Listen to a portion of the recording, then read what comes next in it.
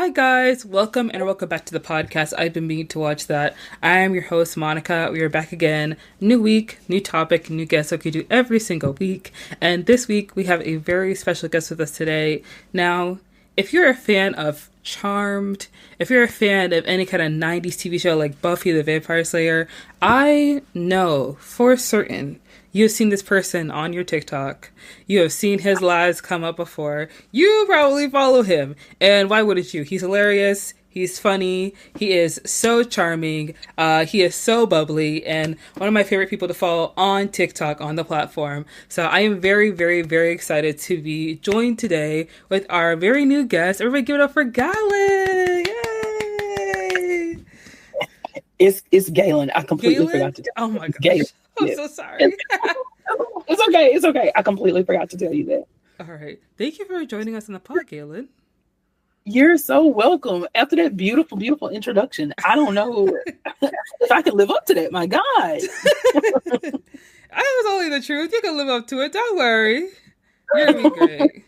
And you know what? I'm very excited to have you on because today we're going to be talking about campy horror. We're going to be talking about horror movies of camp queens and vengeance and revenge, and it's going to be a whole lot of fun. But before we dive into that, we're going to get into the first segment of the podcast, which is Media Mania, where we talk about new releases and entertainment news.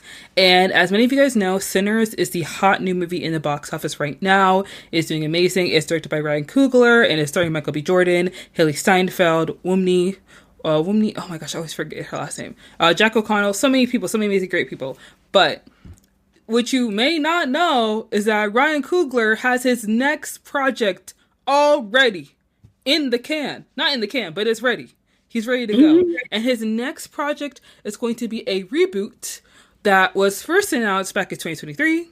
He said that he is going to be working on a reboot for X-Files. He talked about it in the last podcast on the left, where he shared his excitement for, the project and how he's already spoken with the original cast. He has already spoken with Gillian Anderson and said that she's amazing, she's incredible, and he cannot wait to, get started because he's fully on board to take the reins for this reboot. The original X-Files ran for 9 seasons on Fox, and the series finale dropped in May 2002. So this revival is going to be this reboot is going to be absolutely amazing, and I am so excited to see where we end up with this X-Files reboot. Did you know that this was happening, Galen? I did not. That is complete news to me. Yeah. Well, David Duchovny and Gillian Anderson? Are they going to be a part of it? Oh, okay. Yeah, I do believe that the original actors are going to be a part of the reboot. And I am excited to see what's going to happen because Jordan Peele, he did a reboot of The Twilight Zone on Amazon Prime. And that was really good. I watched it and I really liked it. So I'm excited to see two creatives taking two shows that they love and adore when they're younger and revamping it for a modern audience, Yeah. Yes, absolutely. I think when done well, a reboot for a show like that can absolutely be relevant in the current day and age, especially when there's so much mystery that's being unraveled kind of in the world around us, and we have so much more technology available to us. So it'll be really fun to see what they do with that. Yeah.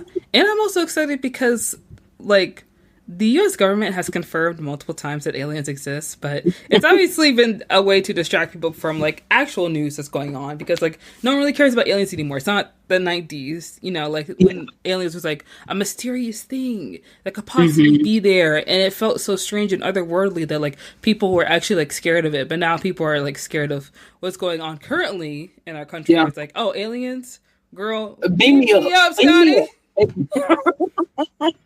You want a vacation? You can come on down, okay? We're ready for you. So I'm excited to see what X-Files looks like in 2026. I don't know what's going to come out. I don't know if there's a projected year for this release. Yeah.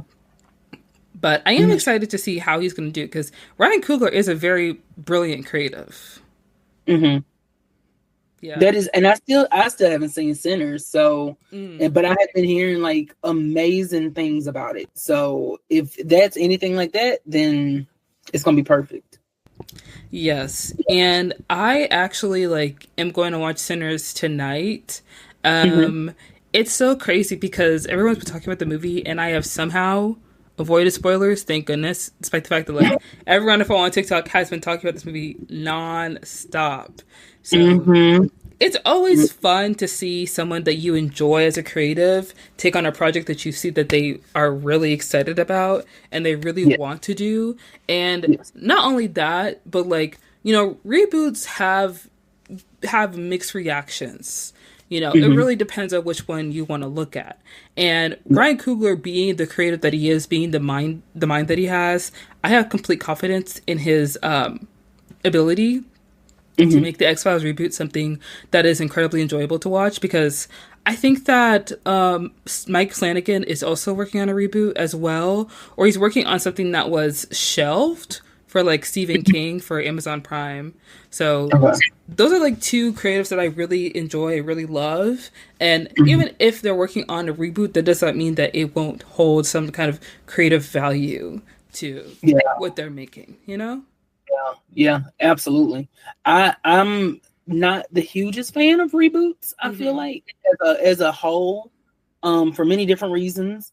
But when they're done well, like the Charlie's Angels reboot, continuation, whatever you want to call it, that's probably one of my favorite franchises. I love Charlie's Angels anyway, but that's probably the one I will always go to and cite as how to do a reboot. Yeah, I don't think I ever watched that one, but I feel like I need to check. Isn't it the one with Kristen Stewart? No, no, no, no, no, no. This was from the 2000, the early 2000s. Oh, Cameron okay. Diaz, Drew Barrymore, Lucy Liu, I love that one. and they did a really, really good job of continuing the story, but Mm-hmm. adding their own mark to it to become a Mm-hmm. part of a legacy versus trying to just redo what had already been done. And I anyway, I know this is not about that, but I could rave about that all night. I love the Charlie Angels reboot, and I'm very excited to see what Ryan Coogler is going to do with X Files.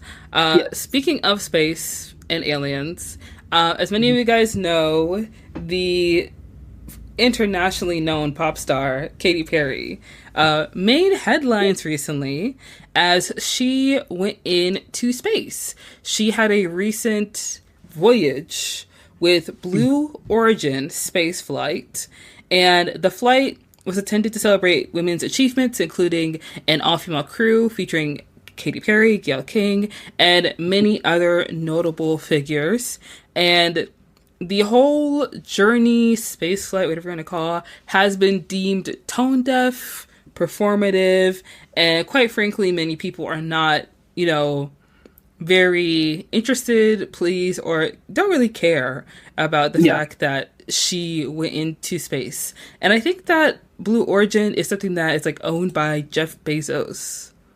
I think so. Yeah. Yeah. So I remember reading the news about Katy Perry going into space, and of course, I chalked it up to being something of an Onion article, as many Hmm. news stories feel like nowadays, but it is a very real thing. And I saw Hmm. that Gayle King was going, and I was like, oh, Gayle, I'm gonna let her live her life because she does what she wants. But Yep. in my opinion, I feel like the whole like Katy Perry going to space thing is just another leg on billionaires trying to make space tourism happen. And it's Yeah. kind of like Gretchen, it's never gonna happen. Like you can't make fetch happen. Like we're trying to make something happen that is completely unattainable and also no longer uh what is the word I'm trying to say? You know, it's not aspirational anymore. Right. Yeah, I Right. think that a lot of times when rich people are trying to push things to like everyday people, you have to make it a little more aspirational and a little more enticing. And Hmm. now I think people are looking at it and they're just really taking it as a joke in a way because it feels like a joke. It feels like an SNL skit at this point. So Yeah. Yeah. yeah, what are your opinions It on it? it kind of feels like they're two steps away from being like, look, we're finally the Jetsons. Um, and I think as a whole, like you said, it's not something that's going to be accessible to your average everyday person. People aren't going to just be able to book a ticket to Mars. Hmm. And it feels very unnecessary, I think, kind of baseline to me, because it's, what was it proving? What was it adding? What was it doing? You know, there's no value to it. It's just, for us, it's just something to show off, like, oh, I have the money to do this thing, while you have people struggling to get groceries. So it's just very that's the only word I can really think of to use for it. It's just unnecessary. Yeah. And a lot of people have been like poking fun at Katy Perry's behavior. And I do want to say, ever since she did that live stream for her album Witness on YouTube, and she had Pentatonic singing at 3 a.m. in the morning, I never took Katy Perry seriously. So I was really watching her do the Blue Origin flight, her getting in the camera every chance she could, her kissing the flower, her kissing the ground. It's like, girl, we get it. You're quirky, you're funny, you're weird. All right, let's hang up the hat and let's write some music. Why aren't we in the studio? Why are we in a spaceship? Yes. You know what I mean? Yes. Like, let's be at Coachella. That's what we should be doing. Exactly. I think she's trying to show us that she's like the grown-up version of I Kissed a Girl, Katie. And it's just not like, you're a mom, you know? Yeah. We don't need that to happen anymore. You can be, I don't know. I don't ever want to gatekeep someone's people's personality traits or anything like that. But there definitely is a way to try to prove too hard. Like, look, I never stopped being the same person. And I feel like that's kind of the era she's in right now.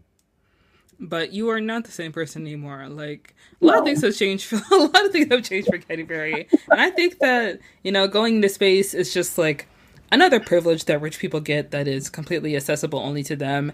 And we don't have to rag on Katy Perry too much, but when Gail King came down, she was like, well, have you gone to space? It's like, obviously not, babe.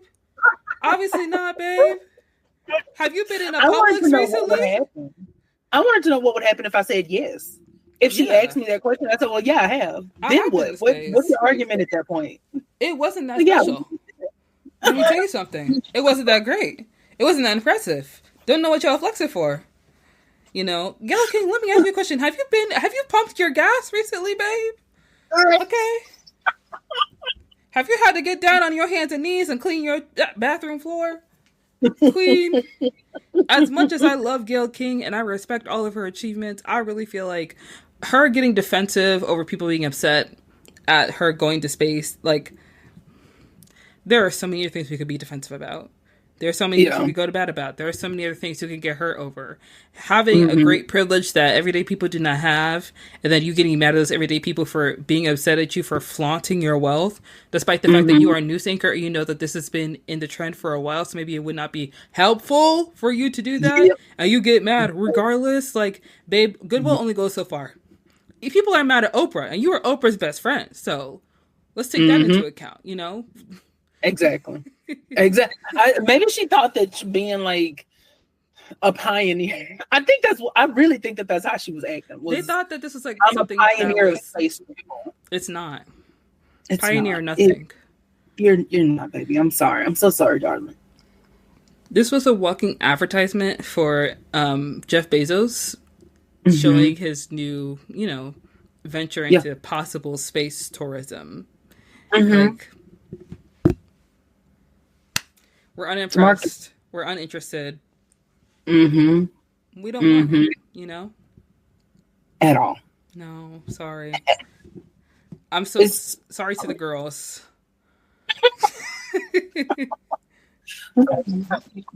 I'm sorry that tickles me so much because she is so out of touch, I think, with what she said. I genuinely think that she was thinking like, this was my moment and you took my moment from me, which would be fine in any other scenario, but it's like, anyway, I'm just gonna be quiet. Yes, and I do think that there are some people online who have said that, like, oh, people wouldn't be this harsh if it was a bunch of men going up to space. It's like, people were rude to Elon Musk when I'm pretty sure he did the same thing. So it's not like a basis on, there's no bias on gender. It's class. Yeah. That's what it is. Exactly. That's what it all boils down to. Like, she tried to make it into, you wouldn't call it whatever word she used. She said you wouldn't say that if it was a man. And I just thought, like, yeah, they probably would, because an unnecessary thing that happened. I think it was like a ride or whatever she said. And I was just thinking like, yeah, that's probably what they would say. It's not like it was some mission. It's not like you were on a mission to Mars or a mission to the moon. You were literally joyriding. Mm-hmm. I mean, for all intents and purposes. So, I mean, y'all went up, y'all went down. That's basically all that happened. That's it. But regardless of that, I can't wait to see Jeff Bezos start rolling out Blue Origin flight packages, through Delta or however he's going to do it. I can't wait for that. It'll be a part of your Amazon Prime membership. Oh my God. Can't wait. Can't wait to see that pop up in my email. But guys, we're going to move right along from Media Mania, and we're going to dive in to the meat and potatoes, which is talking about campy horror films. Now, I'm sure that many of you guys have gone through something where, you're young, the TV is on in your parents' room or in the living room, and it's a movie that's on. You've never seen it before, and it's a little weird, it's a little strange, a little interesting. So you decide to saddle up on the couch and watch it. And the things that are happening on the screen do not match what happens in real life at all.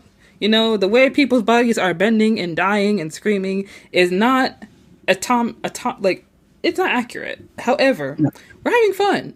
It's not even that scary. It's just, kind of fun. So that was my attitude when I first started watching campy horror films, especially at a younger age. And today we're going to be talking about 3 iconic campy horror films, okay? Some chaotic movies where these women, they were looking for revenge, they were rogue, and they looked real good doing it. So we're going to be talking about Death Becomes Her. We're going to be talking about She-Devil. We're going to be talking about Serial Mom. And the fun part about this is that 2 of these movies have Meryl Streep in them. Yes! The legend and the icon. Yes! So, guys, we're going to go ahead and dive right into Death Becomes Her. Death Becomes Her... Whoop-de-whoop. Let me get my words together. Sorry. Okay, Death Becomes Her is a campy horror film that came out in 1992. It stars Meryl Streep as Madeline Ashton, who is a Broadway star, but she's not very beloved as a Broadway star, less Idina Menzel.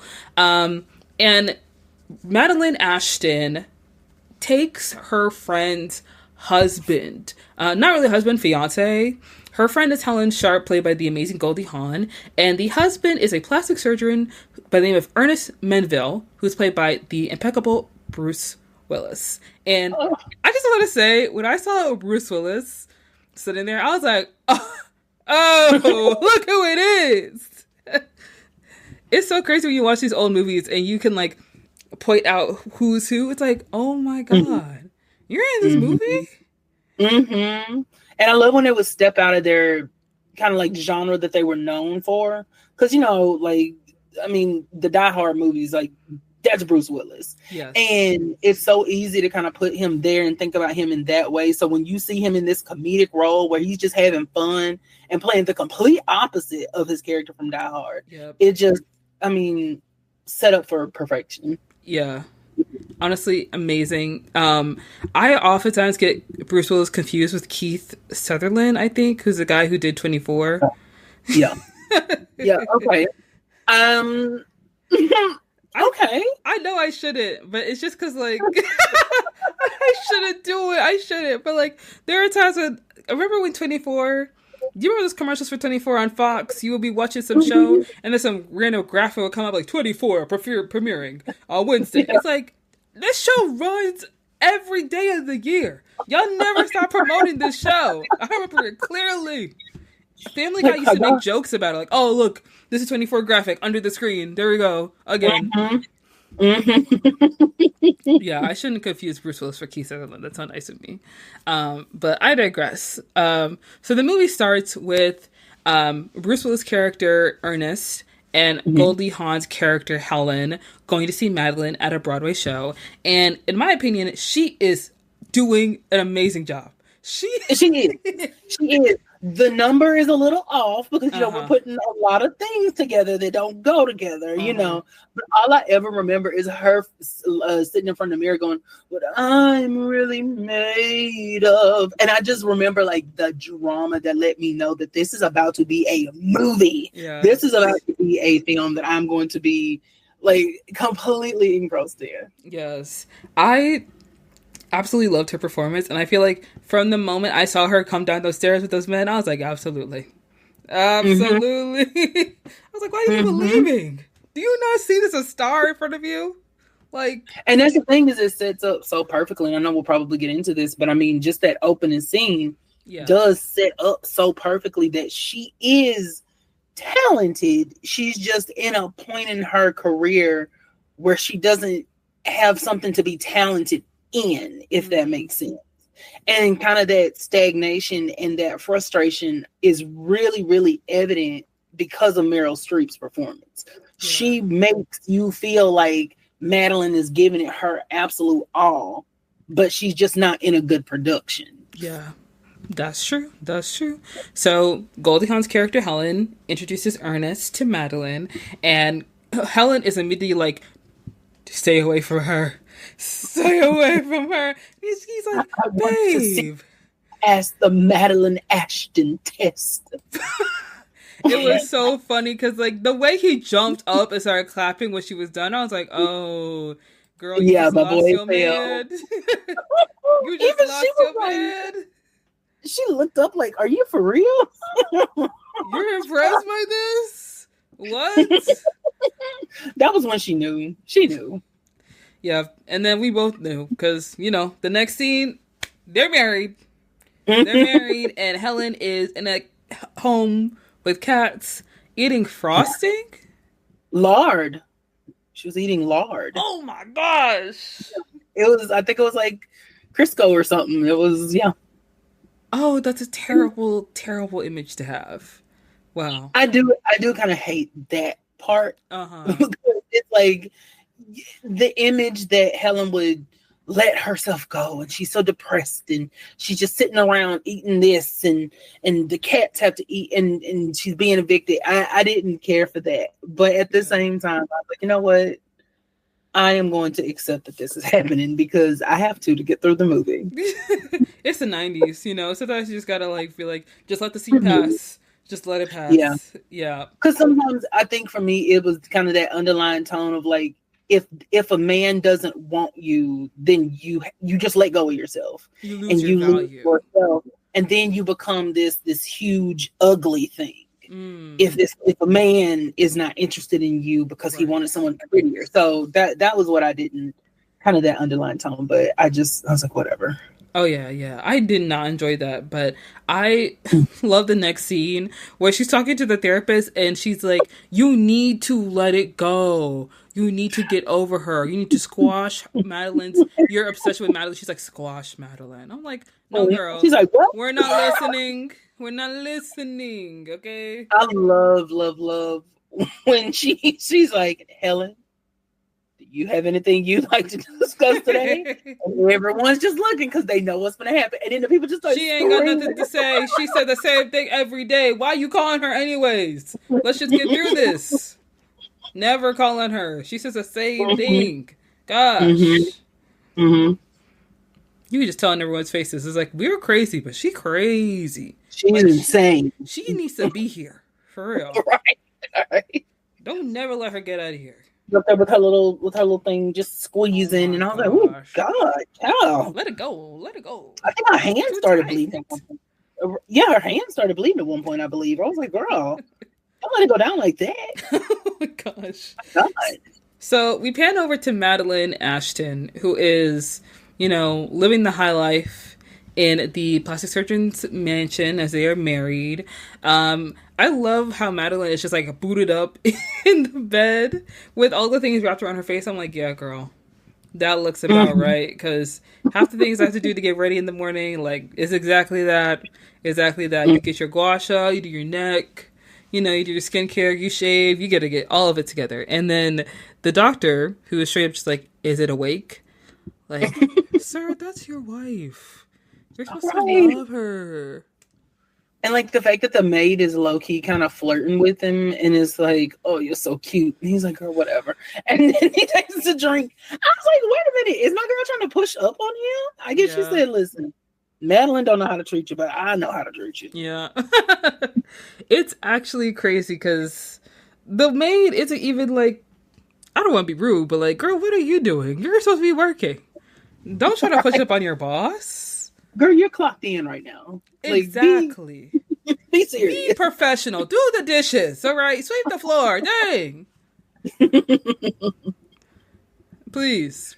But we move on to Helen's book signing. It is, right? Mm-hmm. And we see her for the first time in years, and she looks amazing. Because first of all, when we first see her, she is raggedy, rusty, dusty, and I was sorry. Like when I saw her in the theater, I was like, "What is that wig?"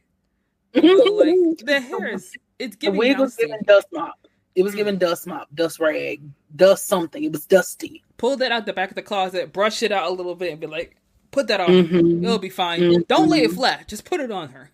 You know, don't even spray it. Just give it to her." The most they did was give her some lace. They made sure that there was lace. And outside of that, it is what it is. Yeah, just make sure there are no flyaway hairs. Y'all got to go. Shoo, shoo, shoo, shoo. On set. But she was looking a little bit like Jessica Rabbit. She was giving very Jessica Rabbit. If she had that hair over that eye, I swear to God, she would have been a dead ringer for her. Yeah, she looked amazing.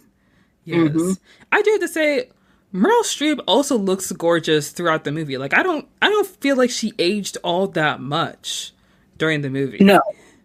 Oh no, not at all. She has an elegance about her. I mean, you can still see it now. Like she has this elegance in the way she moves and speaks and everything about her. Like she has a very classic look to her.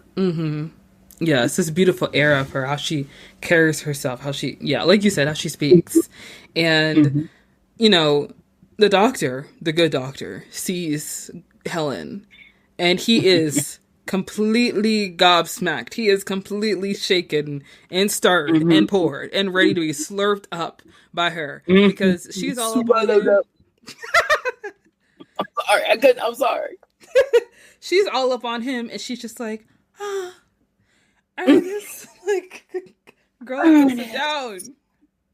You know, a fun fact is I love doing voices, and there's something about that kind of those soft voices that the two of them use when they're trying to do certain things or get certain points across. And Meryl Streep has a very soft voice anyway. And if you hear me randomly emulating anything that they've said in that movie, that's why. I love the kind of hyper femininity that they pull out when it's necessary. And she sees it and they're like, mad, hell, you know, and it's like that. I love that kind of like punctuation to them where they're trying to be petty, but they're still trying to be ladies. You know, they have an image to uphold. Yes, they are, you know, addressing each other with grace, and they're just like showering each other with love. And in the back of their mind, it's just venom. It's poison. It's like this. I hate her. She's vile. Yeah, I do have to say, in watching all the movies we watched, it is so clear that this is the man's fault. Like, oh, absolutely, 100%. He just goes whichever way the wind blows. Whichever one is the most beautiful to him in the moment, that's where he's at. I mean, he just bounces back and forth, and then he chooses a life with Madeline. Then he's unhappy and unfulfilled. So, okay, well, I guess I'll go back to her. It's just, child, it's his fault. No, it is, and because they are so like, just like focused, is zero end on trying to get this man's attention, his adoration, you know, his validation. That's what's driving them to act this way. Because Goldie Hawn, like, as gorgeous as she looks in this movie, as beautiful as she looks in this movie, why do you need this man? I mean, you know, I think that's one of the things about this movie is it's not specifically Ernest, and that's why what happens later in the movie where they have their come to Jesus meeting is so significant. It could have been anybody. It could be Ernest. It could have been some man off the street. It could have been whoever. The insecurity is within their relationship. Mm-hmm. And the toxicity is between them, and he's just the catalyst for this current incarnation of what they have going on, because they've been doing this for years over men. And I think the man like whatever man it is in the moment, he's just the representation of, you have it, I want it, I'm gonna take it because I can. And now everything's just coming to a head. That's very true. I do agree with that point, because it is really about like how they constantly compete with each other. Because Madeline was a Broadway star. She had a show. She seemed to have a really good life. You know, like all these flowers being brought to her on her night at the show when Goldie went to go see her. But she saw that Goldie Hawn's character Helen had a man, which she does not have. So it's that incessant need, like, of never being satisfied, of never, like, having everything you want, and, like, always picking and choosing, like, to be selfish to the point where, like, you will hurt other people. And then Goldie Hawn just, like, wanting to live her life and still being friends with Madeline, despite the fact that she's a terrible person, wanting her man back because she stole her man, you know, in the first place, which I could understand, you know, get your lick back. But it's just... it's insane to see like their need, like their greed, they're just like they're so hollow inside. They have to fill that void somehow. And I think that as far as Helen goes, there's this need to finally be better than Madeline. Yeah, to, like, finally have one man that Madeline can't take from her. And I think she thought that he was gonna be that, and that's why, like, you get her saying she had to give him the Madeline Ashton test, because she already, like, she knows what's gonna happen. And the minute she saw him looking up at her, so it's like they're going through this constant back and forth, trying to prove to the other that they're worthy while trying to prove to themselves that they're worthy. And these men are just, I don't want to say getting caught up in the crosshairs, but they kind of are. But then they're also perpetuating things too, you know? So it's like, because you're choosing to still go with Madeline or whoever in the moment. So you're still adding fuel to the fire, but you're also there because of, you know, you're catching flame versus setting the flame. So it's like, you know, it's a lot. It's very deep, very deep. Yes, very much so. So we pan over from the book signing to now Madeline wanting to be younger, you know, be a little more vivacious. And she goes to see Christina Ricci's character, who I keep forgetting her name, but I just refer to her as Christina Ricci because... Wait, isn't that Christina? Wait, no, it's not Christina Ricci. No, that's the lady from Addams Family. Yeah, that's the one. Yeah, Christina Ricci is from the Addams Family. I don't remember this lady's name, but I think Catherine Bell, who played like the Good Witch, was her body stand-in. Okay, it was Isabella Rossellini. She plays Liesel? Okay, yeah, Liesel probably. Yeah, Liesel. Yes. So Isabella Rossellini plays Liesel, and she looks so amazing. Like, she does. Oh my god. Oh my god. When the camera panned to her, I was like, I want that thing on her tits. Like, I want it. Yes. Baby, the drama. Listen, I am part of the Rainbow Coalition, but I was like, girl, you are eating them up. Yes. You are cutting the jewels on her tits. I was like, oh my gosh. How do they stay up? It was very, that was the beauty of it. I didn't know how, and I didn't care to know, because it was so, the drama of the outfit just made me say, you know what, whatever you selling, I'm buying. I don't care if I gotta go sell. Anyway, let me hush. Let me not say too much. Bring it back. When she pulled the knife and she put it on her hip, I was like, ow.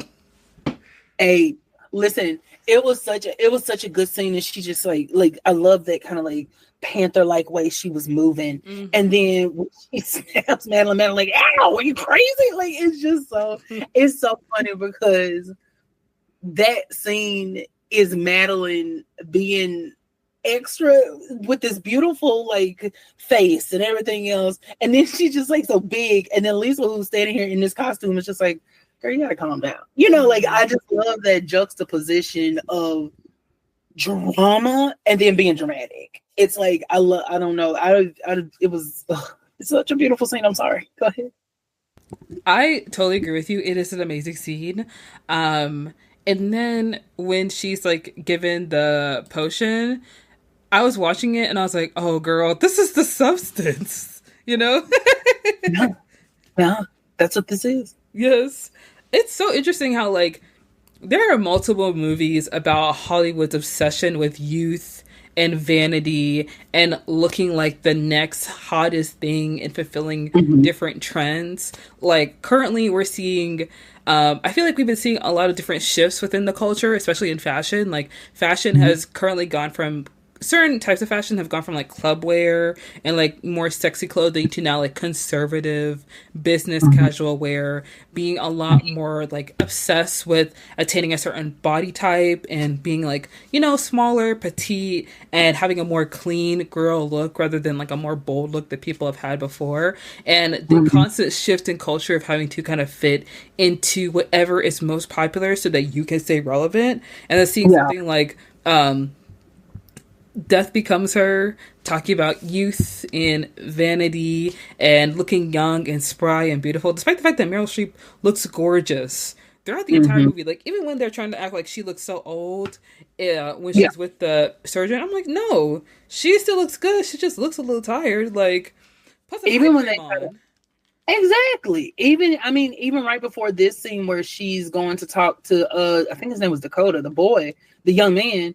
And he's like, my friend said we look ridiculous together. And I was like, are you seeing what she looks like?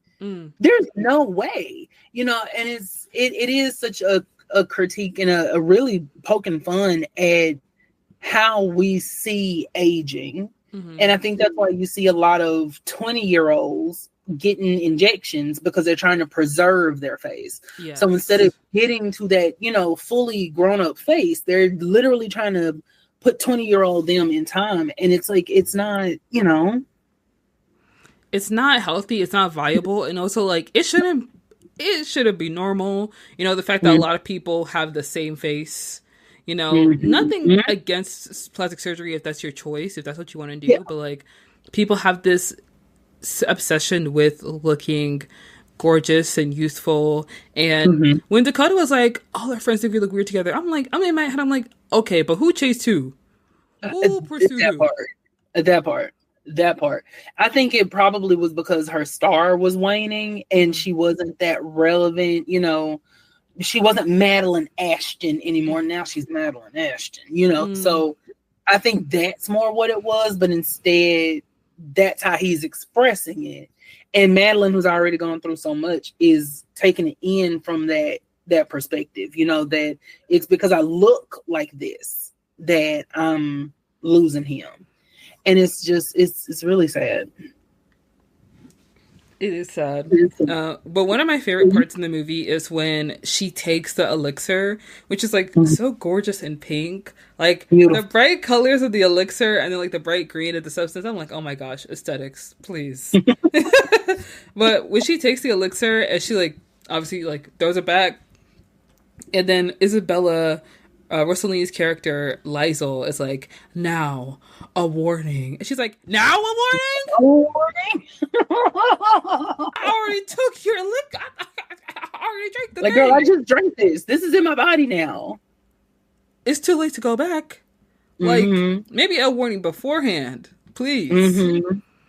I love that. Is like a classic, iconic line from that movie, and I love the way Meryl Streep delivers lines. The way she says things makes it 10 times funnier than it actually may be by itself.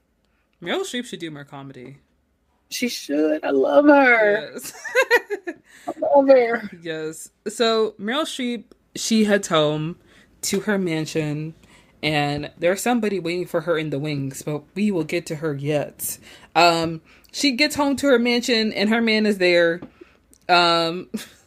I'm not too fuzzy in the details. The next thing I remember is that he throws her down. He pushes her down the stairs, and then she He falls for does. like 3 minutes. Like Because they literally. have so many stairs, because this is huge, and like she's falling down, he pushes her down, and this is after she's feeling good. I love too when she goes to the mirror and she's like, I'm a girl. But anyway, and she's standing there and she's just feeling good, looking good. She's gonna go out. He confronts her. Him and Helen have come up with this plan. This is what we're gonna do with her. Yeah. This is how we're gonna get rid of her. But Ernest is just so taken over because he's sick of it. He's just sick of it. And they get into this altercation. And she calls him a flaccid undertaker. Oh my gosh, that was so funny. Making fun of the fact that he's no longer, got this skill, the one thing that, made him the top of the food chain. And he just gets angry and when he pushes her, he's gonna save her until she says, hurry up, you wimp. And then that's what pushes him over the edge. Honestly, he deserved it because he is kind of a wimp. Yeah. Oh yeah, he is. Yeah, I mean, you lost your moxie, you lost your flavor, you haven't been practicing surgery in so long, and like, maybe that was the wrong time to tell him when she's literally about to be like sent down 1,000 flights of stairs, but like, it needed to be said. Yeah, it had to be said. It had to. Exactly. So she falls back. Her body is twisted up like a pretzel. And he comes down the stairs and he's just like, looking at her because he just assumes she's dead because obviously the normal reaction would be like, oh, she's dead. She's gone. Despite the fact that there's no blood. None. Not a drop of blood. I just attribute it to the potion. And because that's the only thing I could imagine because other than that, I was like, girl, there should be a nosebleed or something. So he calls Helen and he's explaining to her situation, what's going on. He's freaking out. And then we have Madeline in the background, like pulling herself together, like trying to fix her legs. I love that scene so much for so many different reasons. And there's two in particular. Again, it goes back to the voices and the way they choose to say words. It's when he calls Helen and she's like, and you called me first, you sweet man, or whatever she says. And she's like, don't you think that the police will find it strange that I was the first call you made? Like, you can tell Helen has really spent a long time thinking about this. But then on the opposite end, what you have is my girl Madeline after she gets up and her neck is completely twisted. And she's like, you're in the shit house now, pal. And it's just the way she's saying the words. And she's like, I'm going to get you as soon as I get over there. And it's really highlighting how long it's taking her to actually move her body to that side of the room. I just love it. My head, I can see my head.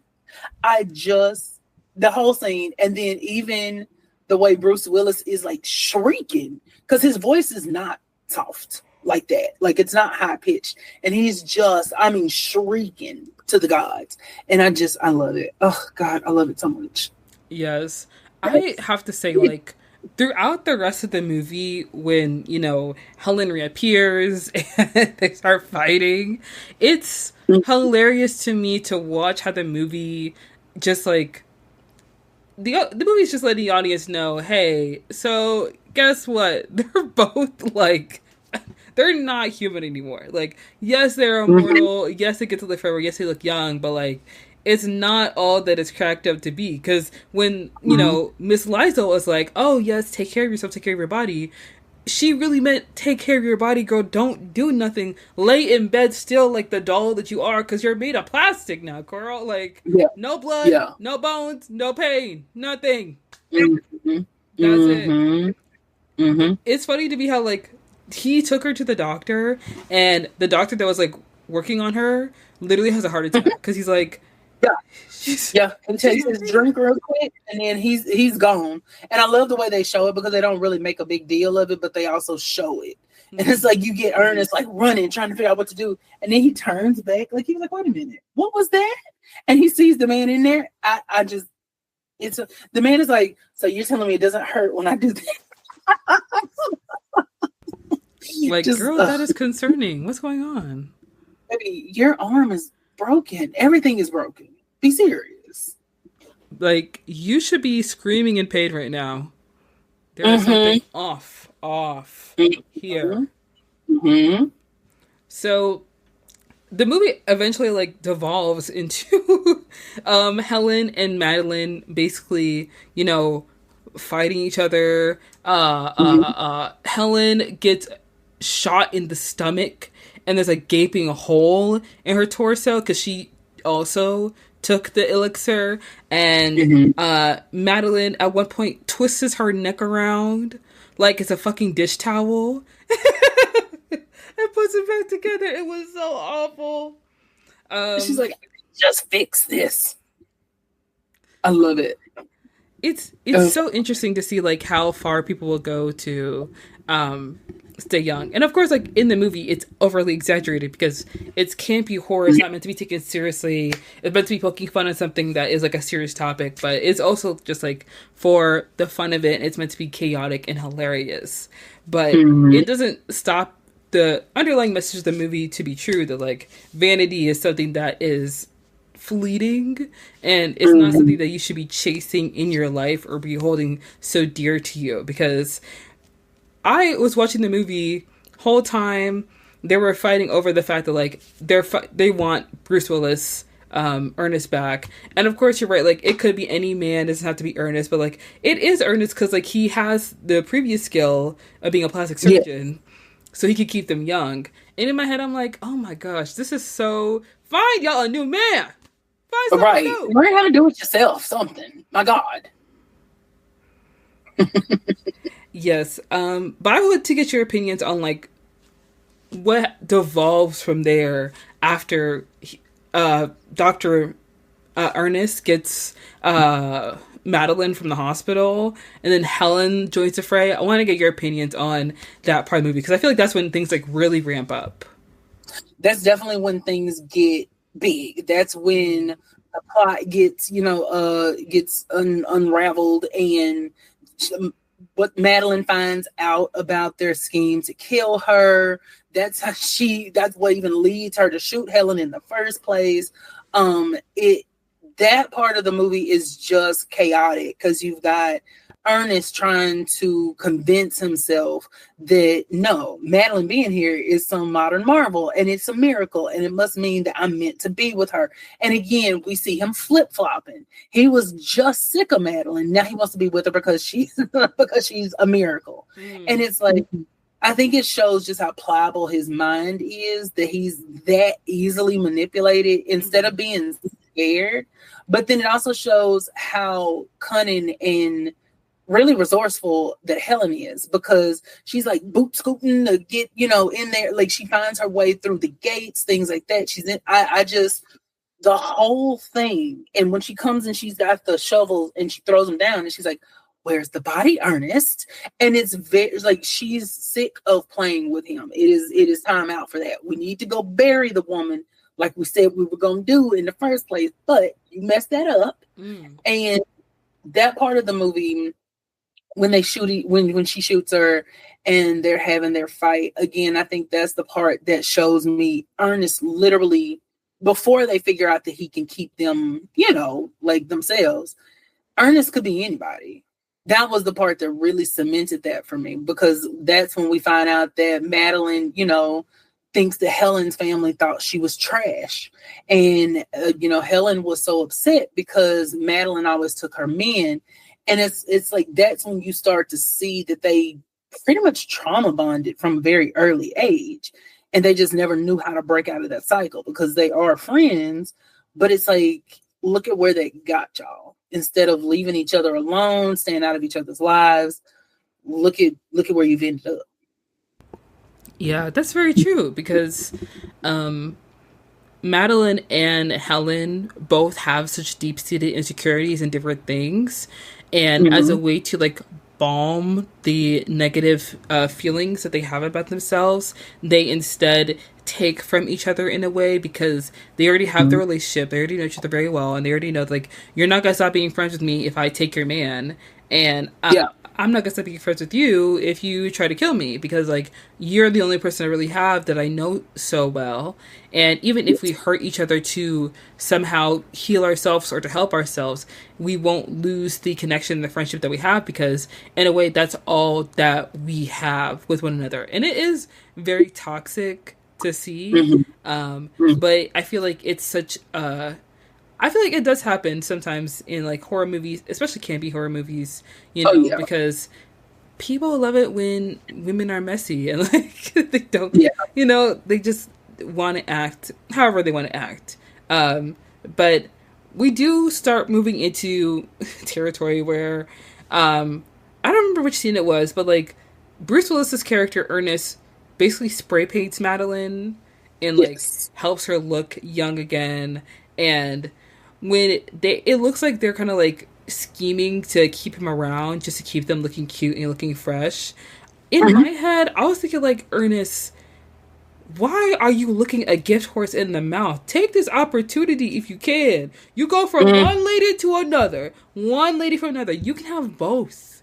You can have both. You can do your job while doing it. Like, that's your job. Like, you should be happy. You should be satisfied with this at least. And I can't remember why it was that he didn't want. I think, like, no, because, like, Madeline or Helen introduced him to Isabella Rossellini's character, and she's like, you know, you could live forever. He's like, why? Why would I want to do that? What am I going to do with my time? It's like, I don't know, man. Yeah. You could spend your time with 2 beautiful women. How about that? Like, are you not straight? Know, so let me say this.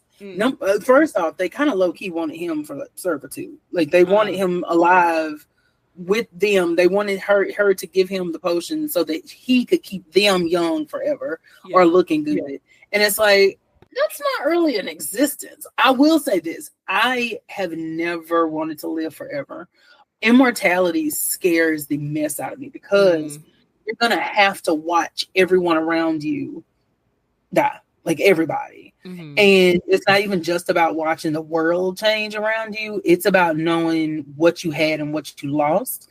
And even if there's not an afterlife, you know, you can always kind of be comforted with the fact that, like, I'll see them again one day. You can always tell yourself that. But living in a reality where that's not going to happen because you're immortal. And then you have to think about the practicalities of it. Like, okay, how do I set up, like, this trust fund for myself? Do I set up a trust fund for myself? How do I get money? You know, and it's like, if you're already poor and then you become immortal, what you gonna do? You know, like, how are you gonna get around to get money to save for yourself? And thinking about just stuff like that, I'm like, I guess you could set it up as your own son, grandson, you know, so you keep the wealth going for yourself. But it's just like, child, who got time for that? I do have to say, I've never really thought too deeply about, like, whether or not I would want to be immortal or not, just because, like, in my mind, mortality, especially, like, as a person, as a human being, it's like, girl, that ain't real. Why am I worried about it? Like, why even worry about it? Why even think about that? Why even consider it? Like, it doesn't even cross my mind, to be honest. But when I see it in, like, media, it's, if, like, I was creating a character who's immortal, I feel like it will be a very interesting concept to explore, and I can see why Ernest does not want to be immortal, just to be a servitude to 2 women. I feel like he realized a little too late that these women are vapid and selfish, and like, don't actually love him or actually care about him. But he was so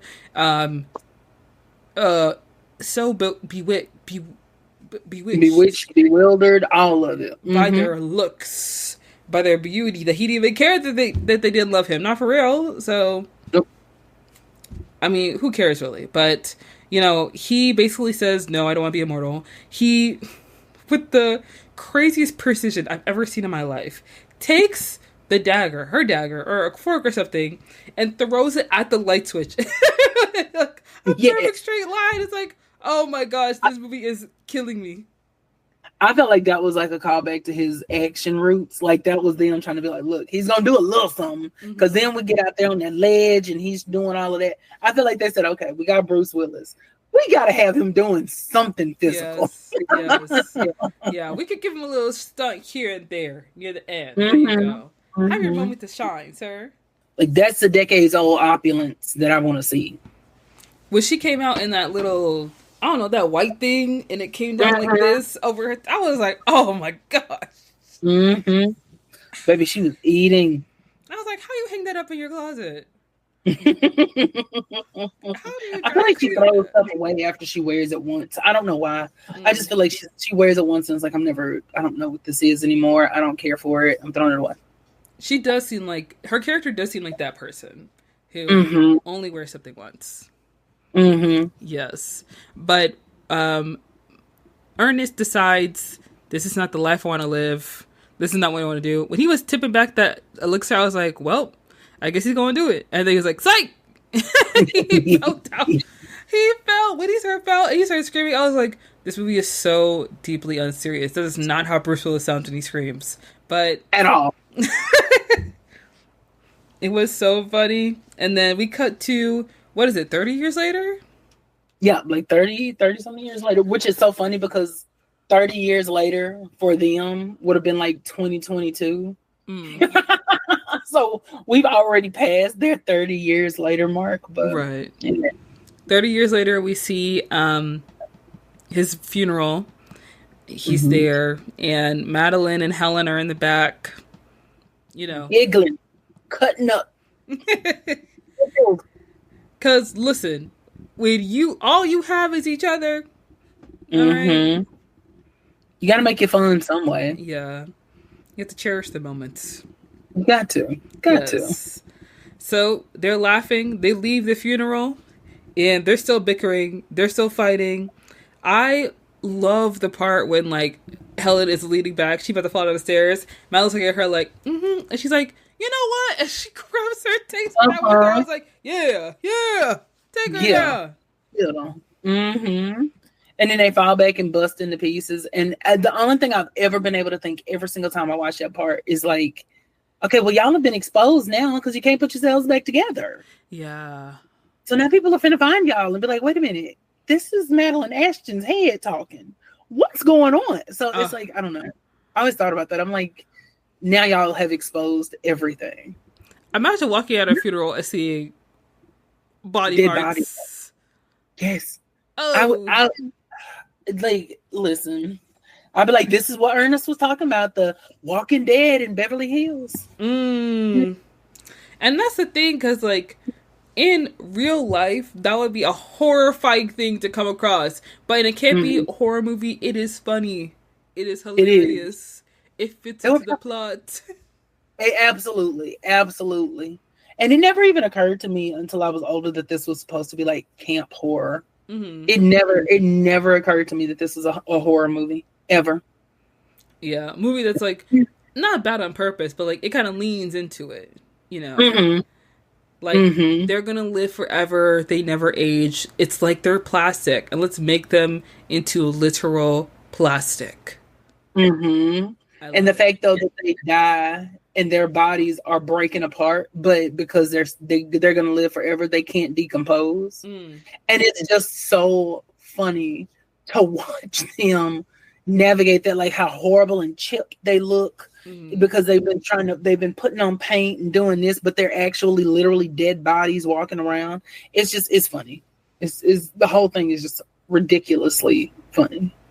Yes, I agree with you, and I really did enjoy watching this movie simply because, like, I of course made this comparison to The Substance, but it is different from The Substance because The Substance is a film where, like, of course, it's an older woman who is trying to chase vitality and youth and being younger. But the difference between that is that she is kind of split into two people, but they're one at the same time. And while the younger person, if they extend their youth by too long, as said by The Substance, the drug that she takes, then the older person will, experience some terrible physical effects. And then with Death Becomes Her, it's less science fiction than that and more leaning into the campy horror of like, oh, they want to be plastic, they want to be perfect, they want to be pristine. So So let's make them that way. So they never feel pain. They never know sorrow. They don't bleed. They don't breathe. They're just gorgeous. And then it gets to the point where, like, yes, you can be gorgeous, but, like, babe, take care of yourself. And I'm curious to see, like, what they were doing all those years that made Madeline look like that. Because, girl, you look busted. I feel like it was the fact that they had been painting themselves for so long, and then the paint was probably peeling, stuff like that. But then also the fact that their flesh was wanting to rot, but it couldn't. Yeah. So I think it was kind of like that. I think that's why it was so wrinkly and like weird looking, was because they're essentially zombies for all intents and purposes. So I think that was kind of what it was, because even the way they moved, they were moving funny because their body parts had like fallen off and they had put them back on and things like that. So nothing was as it should have been. And that's kind of like the scary part of it, is being immortal, but you have this body that the whole point of taking the elixir in the first place was so your body didn't fail you. And now your body has failed you.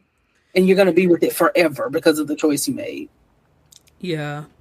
And watching these kind of movies always reminds me that, like, I don't fear aging.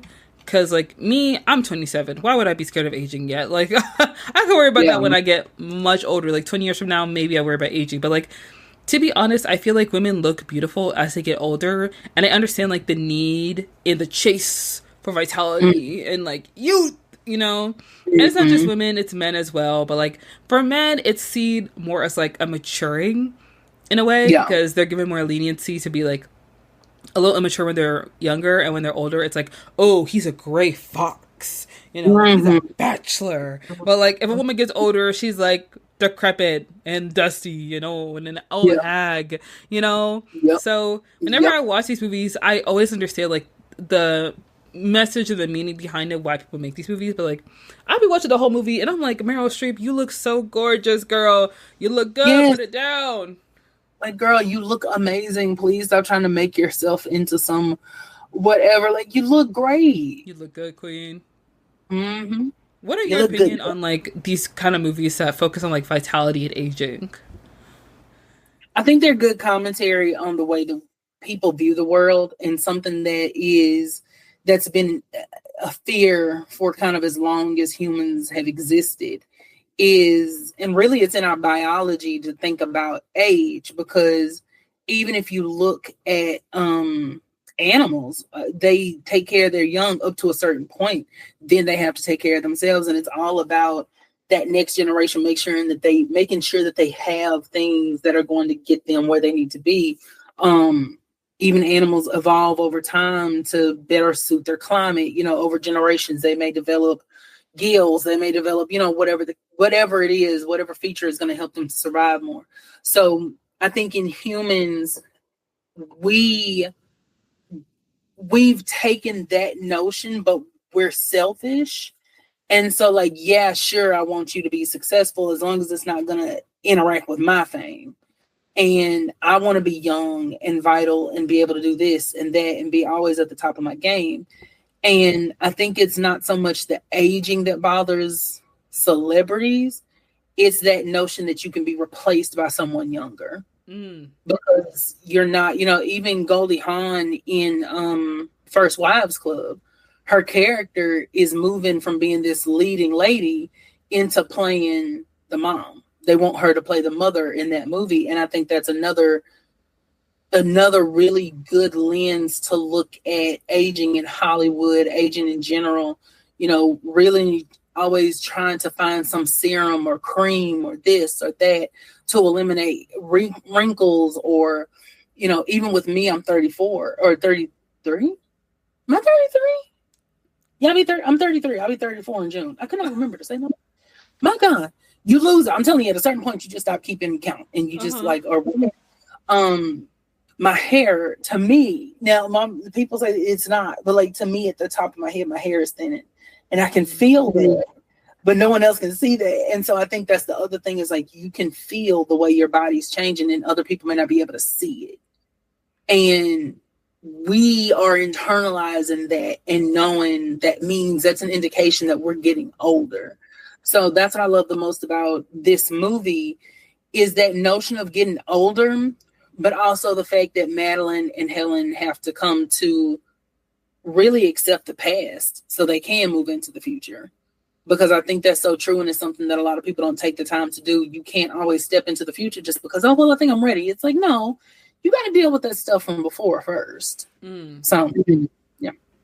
Yes, I totally see that. And it's interesting that you bring up the comparison of like animals evolving for survival and humans evolving for the sake of like appearances, because we do tend to be a lot more selfish. And with all the advancements in technology that we have, it's interesting how often people change like the way you do liposuction or Botox or things of that nature. Like people now thinking about doing Ozempic, or like I've been seeing a lot on my timeline recently, these gummy vitamins that are like Goldie, that are meant to be like appetite suppressants, and then like cortisol pills. And it's like there's always some other fad or trend that's being pushed and sold to you based off of the insecurities you have about yourself, so that another company can make money off of like how you feel. And it never ends.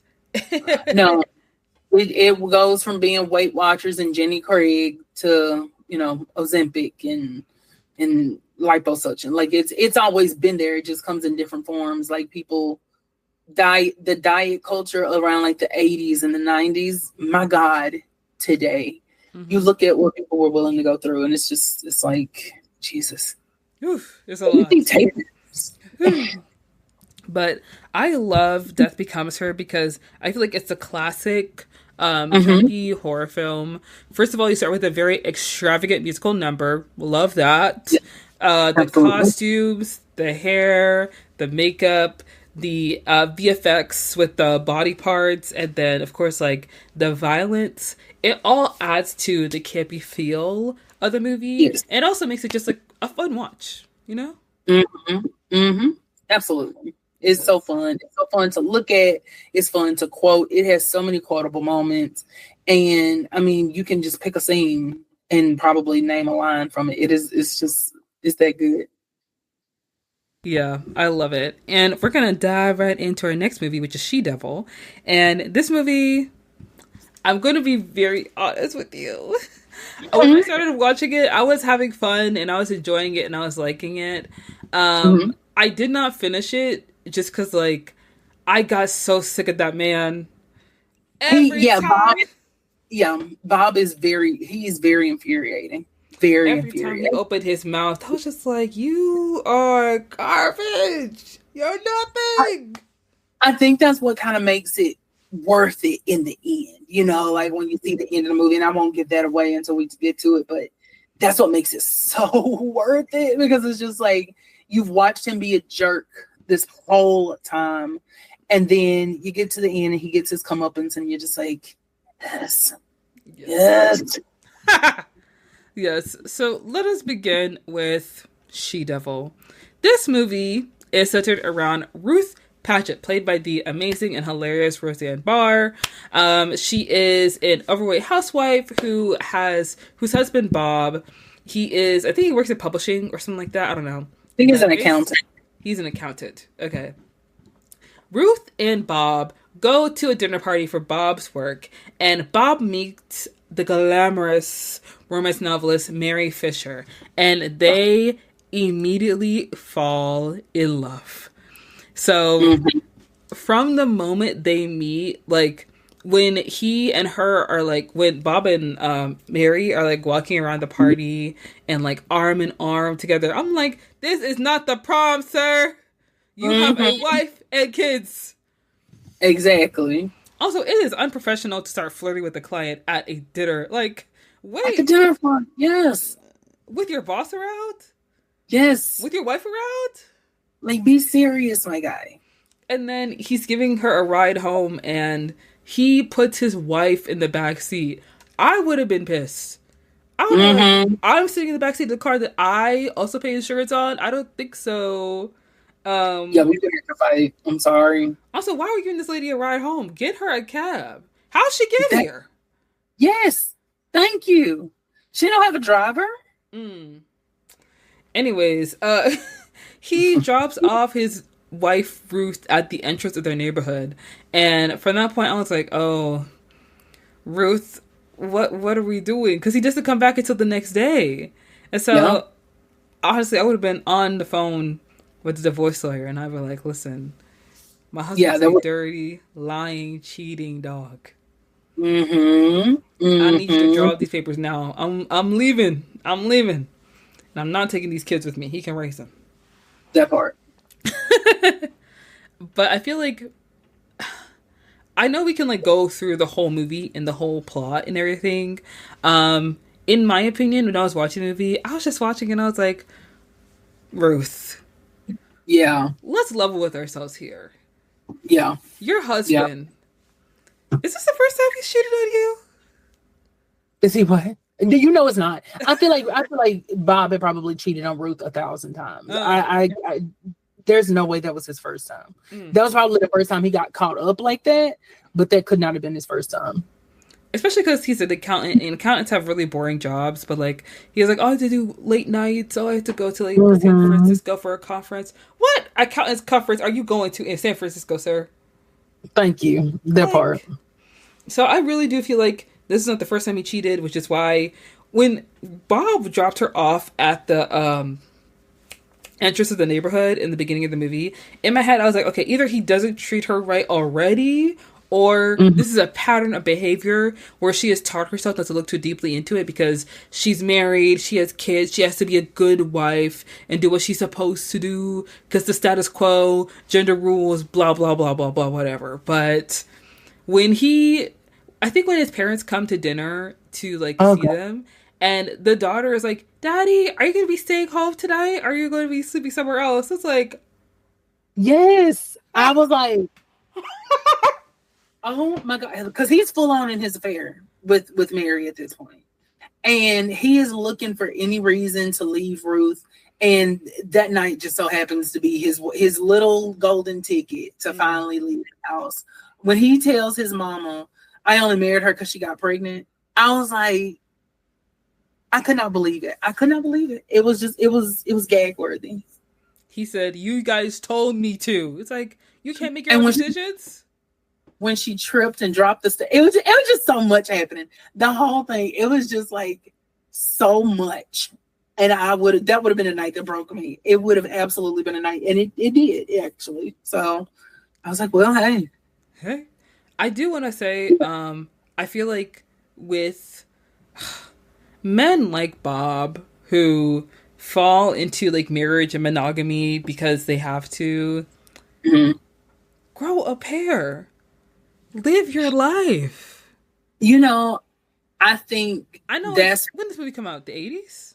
It was in the 80s, yes. Yeah. And I think the 80s was kind of when people were starting to do that and it not be kind of like more frowned upon. Just because, you know, Bob and them, they came from kind of that generation where you had to do that. Like if she gets pregnant, you have to get married. There is no whatever. And then that's how they start having these affairs and whatever else, because they're not happy because they don't want to be there. But that sense of duty is so strong. And then they have these parents that are like beating them over the head that, you know, you got to be there for your kids. You got to give your kids a name, things like that. And so I think that kind of is what this movie was like, the grass is not always greener on the other side. Yeah, I definitely agree with you on that. And I feel like, in my opinion, Meryl Streep's character, Mary Fisher, I don't feel like, I don't know how to say this exactly. I don't fully blame her for what happened. Because even if she said no to Bob, he would have found somebody else. He would have made someone else's bed. Absolutely. Yeah. I think the thing about Mary is she's such an interesting character to watch because she does choose to go after him, but then she wants the grass is greener on the other side, which is why I think the two of them end up not working themselves. Because both of them are looking at it from the perspective that like, oh, he's got this wife, but now I think she enjoyed being the other woman more than she did the wife, because he could come to her. But then she got tired of that because she wanted to be picked and chosen, and it's like she's a very interesting character to talk about. Yeah, I think that she liked the affair, the fantasy, the thrill of it all, like do something bad. And I know that Mary is meant to be like the antagonist. She's a she-devil. Like, she's the reason why she's doing this. Like, she took a married man, but like, he is unfaithful. He is not a good man. He's a dog. He's a liar. Exactly. He let himself be led by his hedonistic needs and instincts. So that's how he ended up in her bed. Exactly. But I have to say, I fully cackled when Roseanne was like, you know what?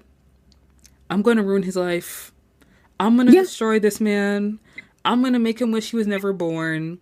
Because, let me say something. If I cooked dinner for your family and it goes wrong, sorry, and then you yell, so everybody in the house can hear, you only married me because I got pregnant.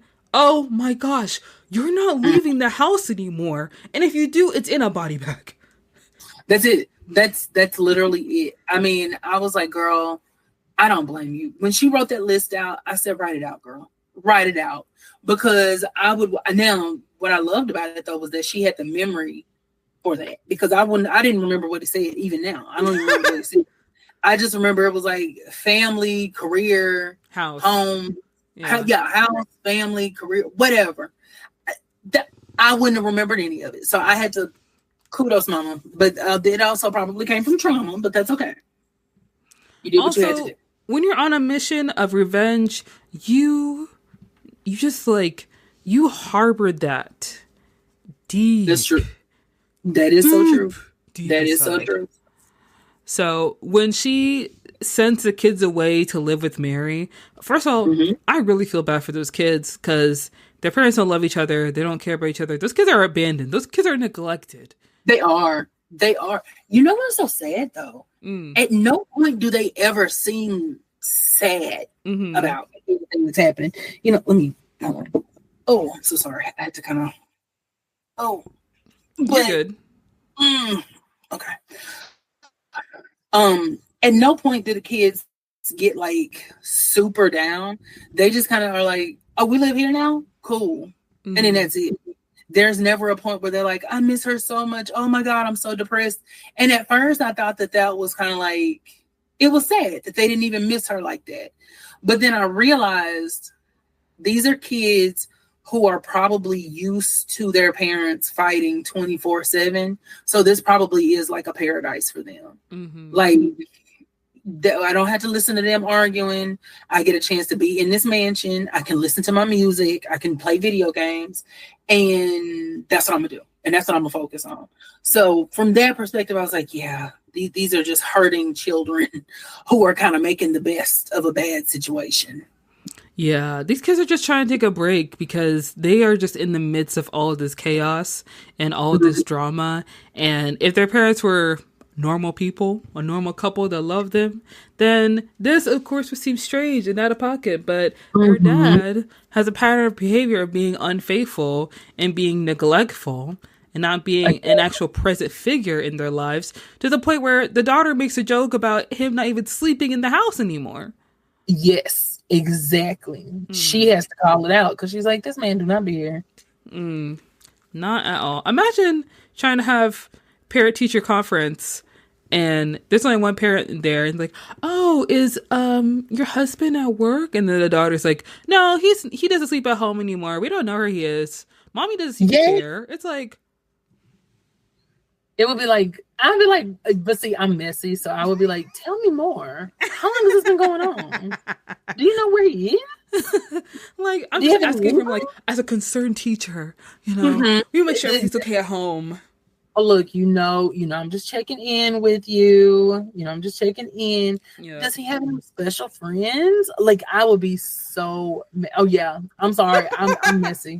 I need to know the information. Does I he need have to know. any special friends? That's crazy. Young, I would. I'm so sorry. Your child is about to give me all the information I'll ever need. I'm so sorry. Then come next day in the teacher in the conference room, you go to your friend, you're like, girl.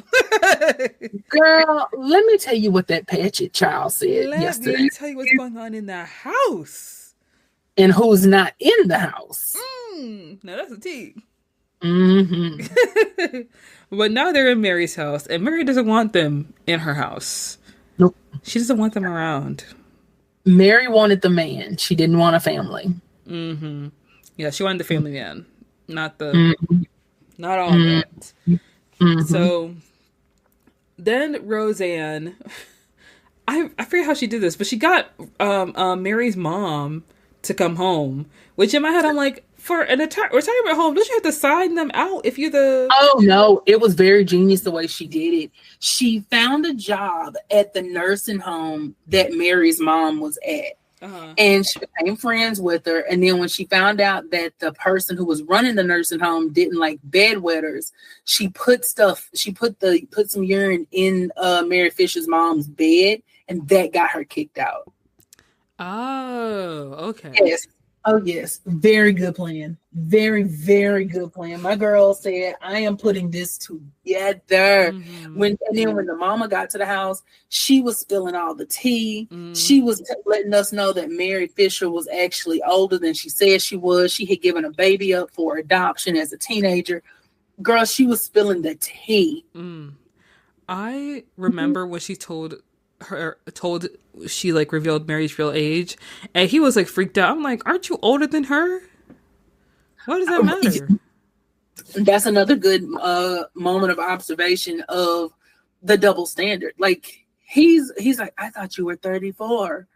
If you're 34, but you know what? I don't know, because 80s 34 is different than now, because like I'm gonna be 34. And I couldn't imagine looking like Bob. Because Bob looked like he was 50. Yeah. But just the fact that he was mad that she lied about her age like that, it was like, Bob, you're older than her. Like, what do you mean? What's the problem? Sir, your knees crack every time you stand up. You have no space to speak. In fact, close your mouth. No. Close it. And it's so funny to see how Mary's life falls apart, because she starts sleeping with a married man, which she did not have to do. You know, we know you're trying to have fun, girl, but she was having a little too much fun, and with the wrong man at that. Because then her pool boy don't like her no more. Her maid don't like her no more. Her life is everybody hard.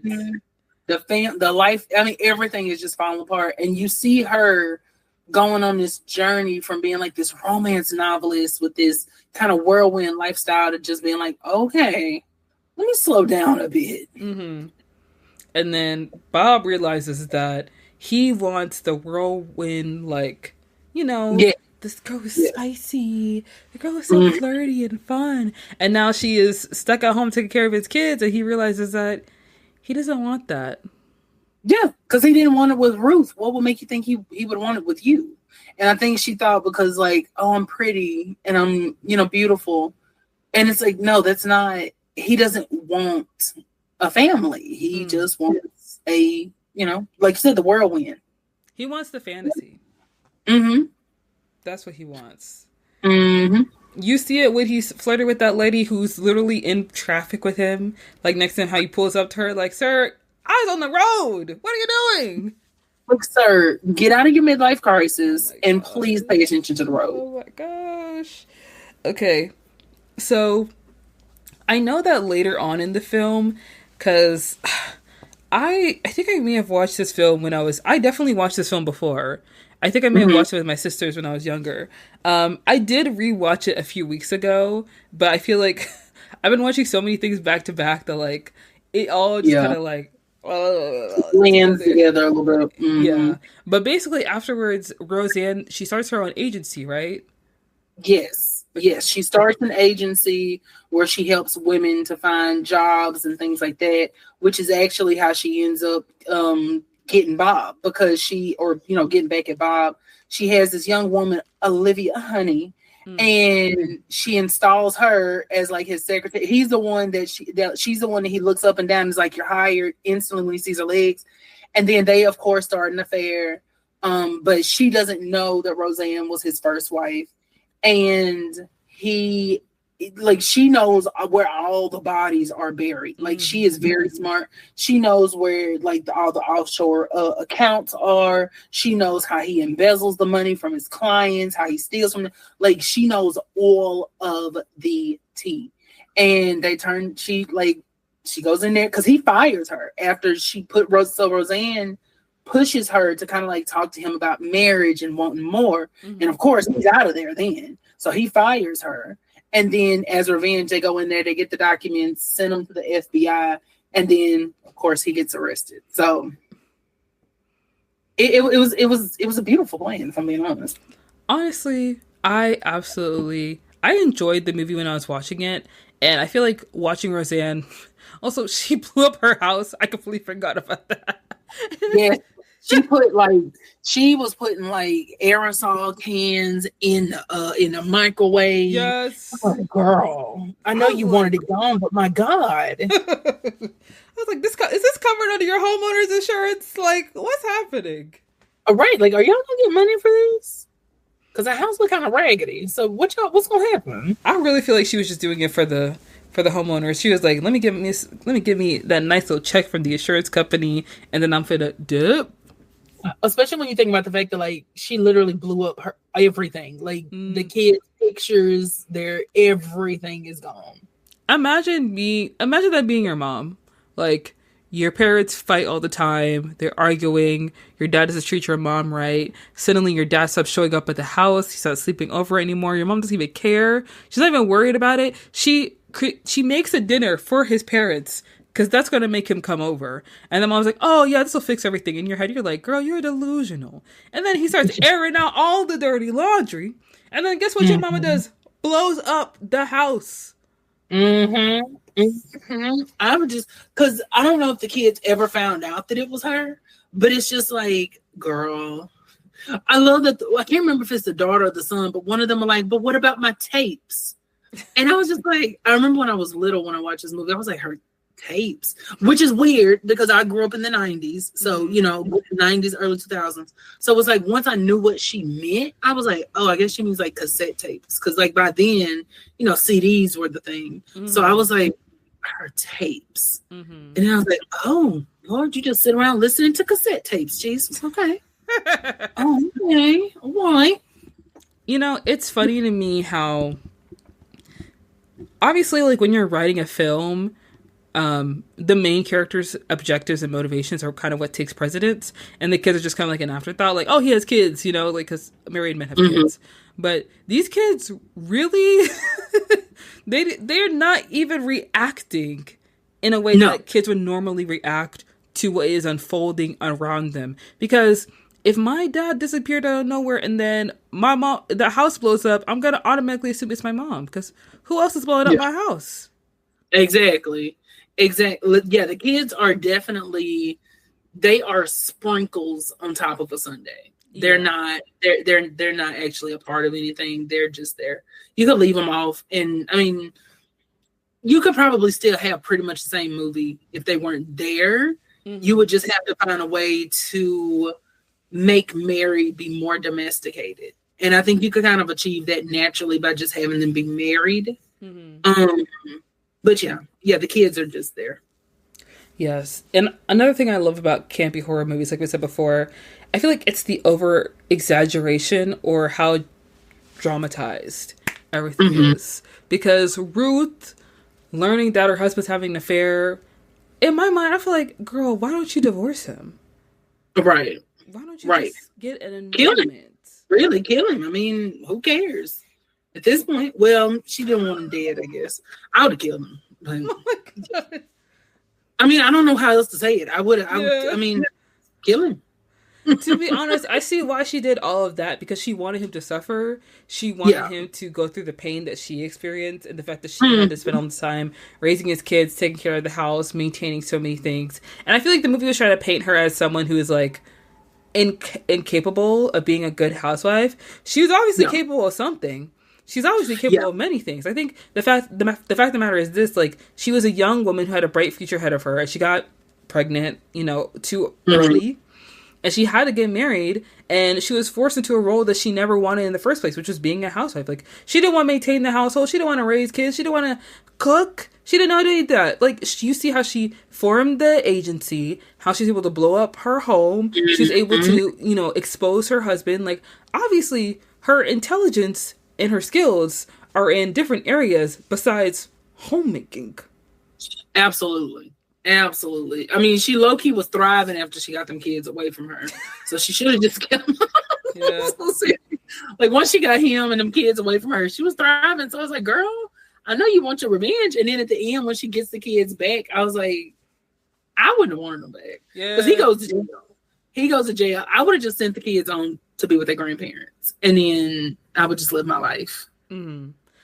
But that's me.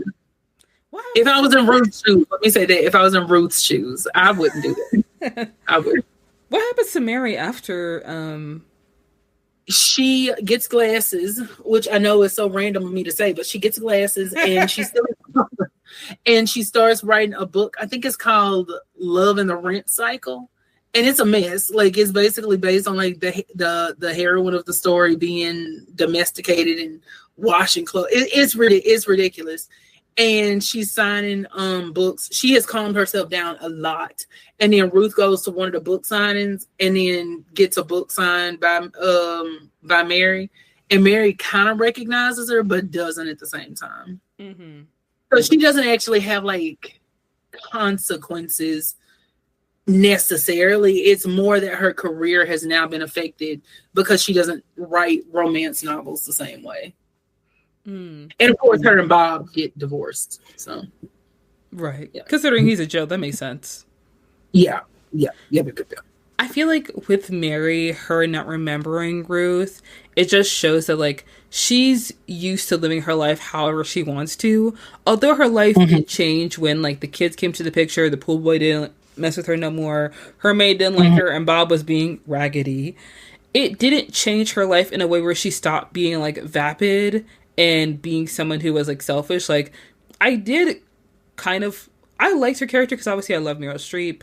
And of course you want to root for Roseanne because she is the downtrodden housewife who lost her husband to a hussy. But Mary, I mean, she still kind of acts like a hussy because she doesn't really understand that. She doesn't see that Ruth is there in front of her. She doesn't recognize the fact that she took her husband away from her.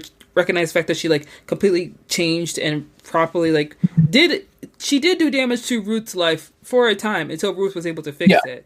But because she doesn't recognize her, doesn't see her, she doesn't take accountability for actions or feel any shame towards it. So she completely brushes by it. So it's an interesting thing. And I'm glad that she focused at least getting revenge on her husband, Ruth did, and not so much on Mary. But like, I mean, she felt some consequences for everything that was happening. She gives me like the adult Regina George for some reason. I don't fully know how to explain that, but if like, I feel like that's the life Regina George would live, is trying to always be somebody's first, like love over their current spouse. And then she just constantly says she changed. I don't know. Or like Edie Britt from Desperate Housewives. I don't know. Anyway. Someone who is selfish and just takes what they want when they want to without any regard for how other people feel about it and do it to like please themselves in a way. And whenever there's any kind of consequences or something bad happens to the people that they've hurt, they don't acknowledge the fact that they played a part in it at all. They just kind of move on and just let the pieces fall where they may, because at the end of the day, they don't feel like they're a bad person. Exactly. Yes. They feel like I was just following my passion. Yes. Very Brooke Lurgan of them. Yes. What did you think of She-Devil when you were rewatching it? I guess when you first watched it. Well, when I first watched it, I was like 9. So I don't think grasped fully what was going on. I just thought it was funny. As an adult though, I always end up looking at characters like Mary and thinking about what is she missing that she's chasing something, but she doesn't know what it is. And then, of course, Ruth, like, of course I feel for her. And like, even when she went to go weigh herself and she's like, I'm just weighing myself. And he's like, no wonder you're so upset. And I just remember thinking I would have like shivved him in the kidney with a toothbrush. Sir, I would have smacked you across the face. Be like, you could take that to work. All right. Yeah, like something would have had to happen. And it's sad to kind of see like how far you can get pushed when you don't believe in yourself and you've just been beaten down by this person who's supposed to be showing you love and affection for so long. Yes, exactly that. And She-Devil, I feel like it's a movie I would definitely rewatch just because I enjoy Roseanne Barr as an actress. I enjoyed the movie. Meryl Streep plays a really good villain, so to speak. And oh my gosh, that man, that husband, he's evil. He's terrible. He is. He truly is the villain of the movie. And he deserved to just go to jail. I mean, he's going to jail for investment, but you should have gone to jail for everything else you did in that movie. Absolutely. 100%. Yes. So we're going to tie it up with our last movie, which is Serial Mom, which I feel like out of all the films we watched, this is camp. This movie was pure, straight, just foolery, tomfoolery at its best. And I lived for every single second of it. Every single So the movie stars, the movie is written and directed by John Waters, and it stars Kathleen Turner as Beverly Sutphin, right? I think it was Sutphin, yeah. Sutphin. She is your average upper middle class housewife in Towson, Maryland. Such a beautiful, lovely, gorgeous town. But one thing you don't know about Beverly is that she is secretly a serial killer. Beverly, she is, I feel like, okay, have you ever, I don't know if you knew this. Do you know the movie Karen? Karen? There was a movie, oh my gosh. There's a movie that came out on BET starring one of the white girls from Orange Is the New Black. Did you watch Orange Is the New Black? I didn't. Okay, so you're not going to know who this is. But it's a movie about a white woman. The movie is called Karen, for real. And basically a young black couple move into the neighborhood, and this white lady starts calling the police on them. She starts showing up at their house. She starts trying to kill them. Like, this movie is real. This movie was a fever dream. I can't believe that it was made. It was essentially like a copy of Get Out in a way, but obviously not a good one. Yes. So when I was watching Serial Mom, I was like, this is what Karen thought it was and thought it was doing, but it was not doing it. Because the way that Beverly, every inconvenience she has, anytime she gets upset, anytime she gets annoyed, anytime she's ready to pop off the handle, she's like, you know what? Any moment, she's ready to go. She's ready to go. I'm about to pop a cap in that ass. I'm about to come down on you. When she killed his teacher in broad open daylight, I thought, what manners of drugs do you have to be on to make this movie? Here? I mean, in broad daylight, and then she thought that somebody saw her. That was the thing that got me. Was when they're on the TV screen, they're talking, and she's like, "No, turn it off, turn it." You know, and I love Kathleen Turner. Her and her husky voice. She's like, "Look at her hair." She's just, and I just love it. I mean, it's pure camp. I mean, I don't know what other word to use for it. It's crazy to watch her play this like delusional and completely unhinged mother who at the drop of the hat, you raise her blood pressure just a little bit too high and it's curtains for you. You're done. Look at what she was doing to the neighbor. I was shocked. Like the fact that she was calling this woman, doing all of this, harassing this woman. Because she took a spot at the grocery store. Like, this woman is insane. Yes. I'm not gonna lie. I feel like with the neighbor girl, I would have been like, you need to pack your bags and leave, girl. I would have too. I would have done everything I possibly could to make her feel like if you stay here, you're gonna probably go on to meet your maker, whoever that is. It's You gotta about to be go. lights out for you, Queen. You gotta go, babes. Yes. It's Yeah, time to you leave. gotta It's move to DC, girl. You gotta go. Like, go. please. You're not safe here. You got to I go, my love. yes. I watching the movie and watching Beverly get like more and more violent. In the way like her husband notices and her kids notice. I really it's so funny because obviously horror movies like this are meant to like take something that's serious and like blow it up out of a proportion for humor and comedic points. But I couldn't help think about like, you know, those documentaries you watch on Netflix where a kid is a serial killer or a dad who is like an upstanding member of the community has like murdered and assaulted like young women, and then they talk to the family members and they're like, I can't believe he did this. He was always such a nice man. He was always so good to us. Like, I could never imagine him doing this.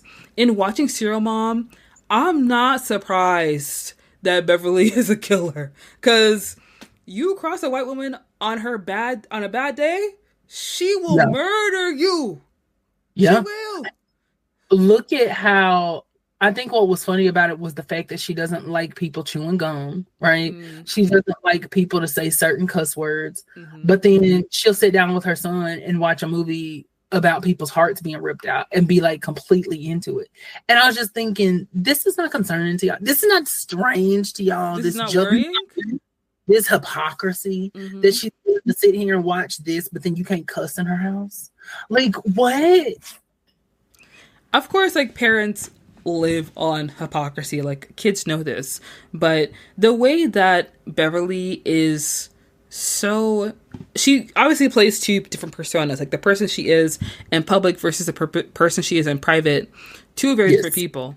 And if I ever had the cops come to my house asking about my mom and her whereabouts, or something that happened at the school and my mom was just at the school, I don't know if I would be suspicious or not, but like, of course, I'll be asking my mom some questions. You know what I mean? And I feel like the thing that I love most about this movie is that like Beverly is so unassuming to the point where like people are going crazy.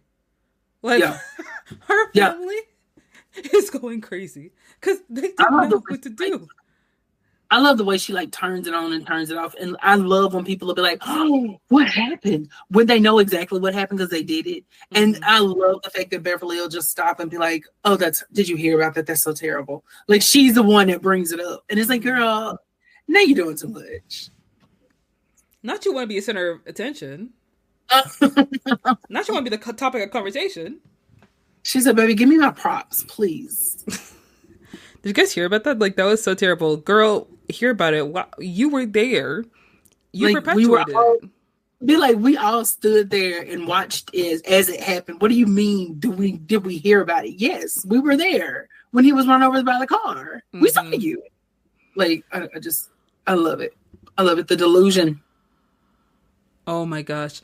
And I feel like there's a certain point in the movie where things really do escalate, where it's like, oh, it's too late now. She has gone too far down the rabbit hole. Like, when she kills her daughter's crush, I was like, yeah. When we get the crush up out of here, and then by the time we get to the old couple, I mean, not the old couple, but the couple, I was like, yeah, my girl has lost it. There's no coming back from this. There's no coming back anymore. And she knows how to play both parts so well. Like, she's nice to the garbage men. She's nice to some of her neighbors, but she doesn't mess with that one neighbor. She don't like her. Of course, she's kind to her family and everything. Even when her family are suspecting her, you know, of doing something so awful. In my head, I was like, is she going to kill her husband? But I thought it was going to be the daughter. I really did. For some reason, I thought it was going to be the daughter. And I thought her and the son were going to kill the daughter. I don't know why. I have no idea why. But that was just the assumption I made.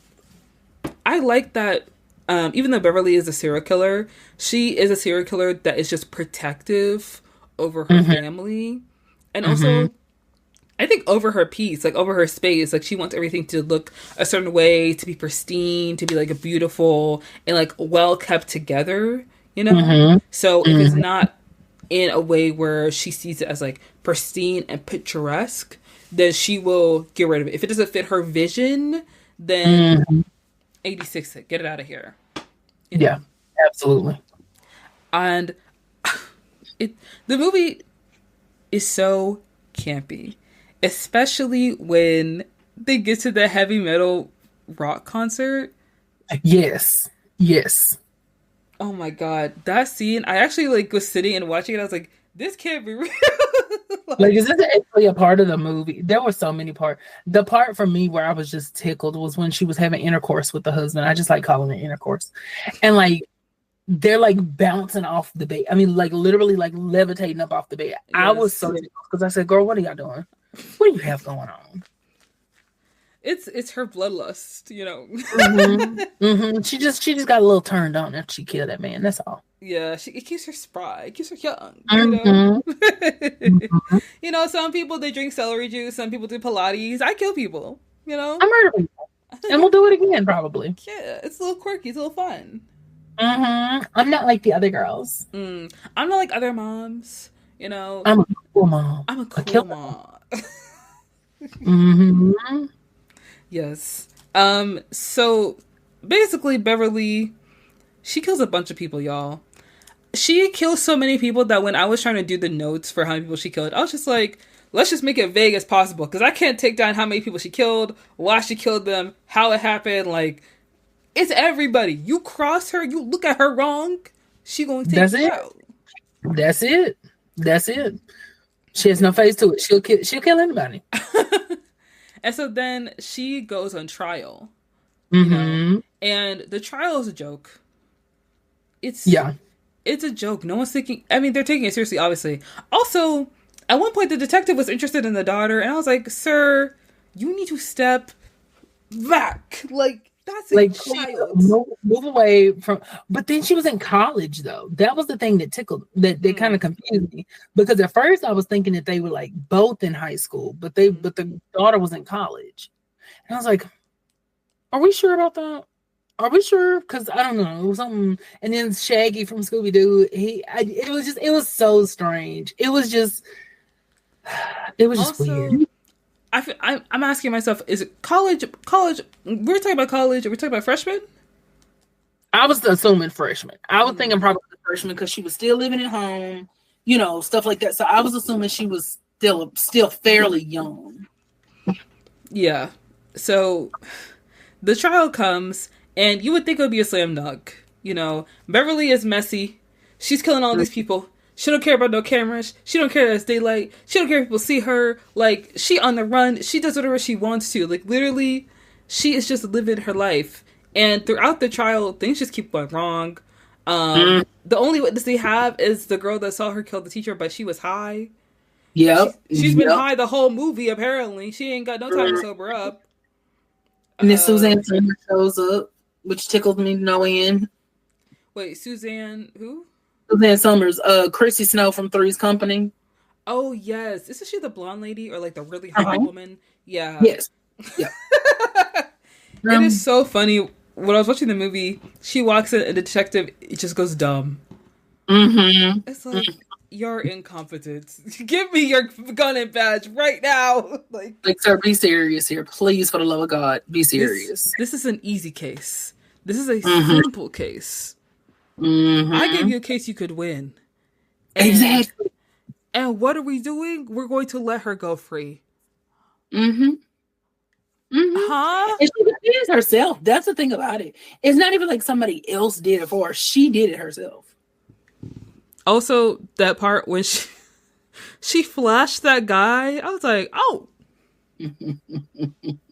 We're doing that. wow. Ma'am, aren't you married? What is going on? Close your legs. Yes. So Beverly goes on trial. Guess what? She's not guilty. She is essentially, she's not convicted.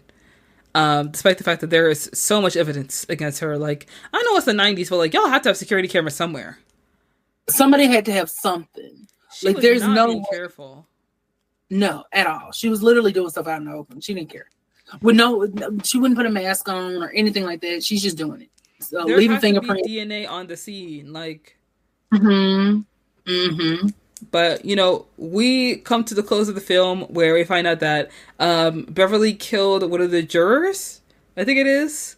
Yes. Yeah, Yes. and they find out that she did, and they're like, oh, "There's no stopping her," and the movie ends. Mm-hmm. Mm-hmm. Is she? Listen, my girl said you can't keep a good killer down for long. You can't. You just can't. What were your initial thoughts when you watched Serial Mom? Like, what did you think? Well, first off, I could not believe I've never watched this movie because this is right up my alley. This is my kind of foolishness. This is my kind of carrying on. Mm-hmm. And I could not believe that I've never sat down and watched it. It is just the perfect, it almost seemed like a parody movie of something real. And then when they're like, this is based on true events, I was like, shut up. No, it is not. This is not based on true events. And to me, it was just so funny how you get this housewife. First off, Kathleen Turner is anybody's housewife. It's just going to be so funny because her and that raspy voice, my girl is not going to be a housewife. But the fact that you have her, it just was funny watching her do stuff as conspicuously as possible and not care about getting caught. And then when she does get caught, it's like, oh my God, what? That girl is crazy. It's just, I loved it. I loved the whole movie. It was like, I'm going to watch this again. Yeah. Gosh. If I had a DVD player, I would buy Serial Mom on DVD because I love the movie. Like the previous films we talked about, there are serious themes in this film. I think that it's an interesting introspection on true crime and the obsession of that. Also, the fascination in like upper middle class or suburban areas to have this life of perfection and have everything so well put together, and her wanting things to be perfect, wanting things to be a certain way, wanting things to fall into a way that she sees as perfect, to the point where she's willing to kill people for it, like in cold blood, is absolutely crazy. Like, if you're rude, if you assault her kids, if you mess with her family, you're done.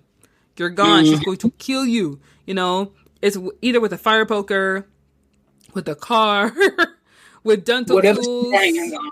The first thing she grabs is a murder weapon. She's the slayer. Yes. She is the slayer. And when her family first suspects it, it's like, it's almost in a way where they're like worried about her. Like, oh, maybe she's sick. Maybe she's like your mom's crazy. I don't know how else to tell you this. Like, she is gone. Yeah. Like, your mom, you think she's normal and she bakes meatloaf. She's not normal. Right. There's nothing going on up here. It's all just a compartment of foolishness. It is Texas Chainsaw Massacre playing here. That's it. On loop. I also love how, like, I feel like this is the most horror of the campy horror movies, just because of like how ridiculous it is. So of course that falls into like the camp genre, but also it's just bloody. It is very gory.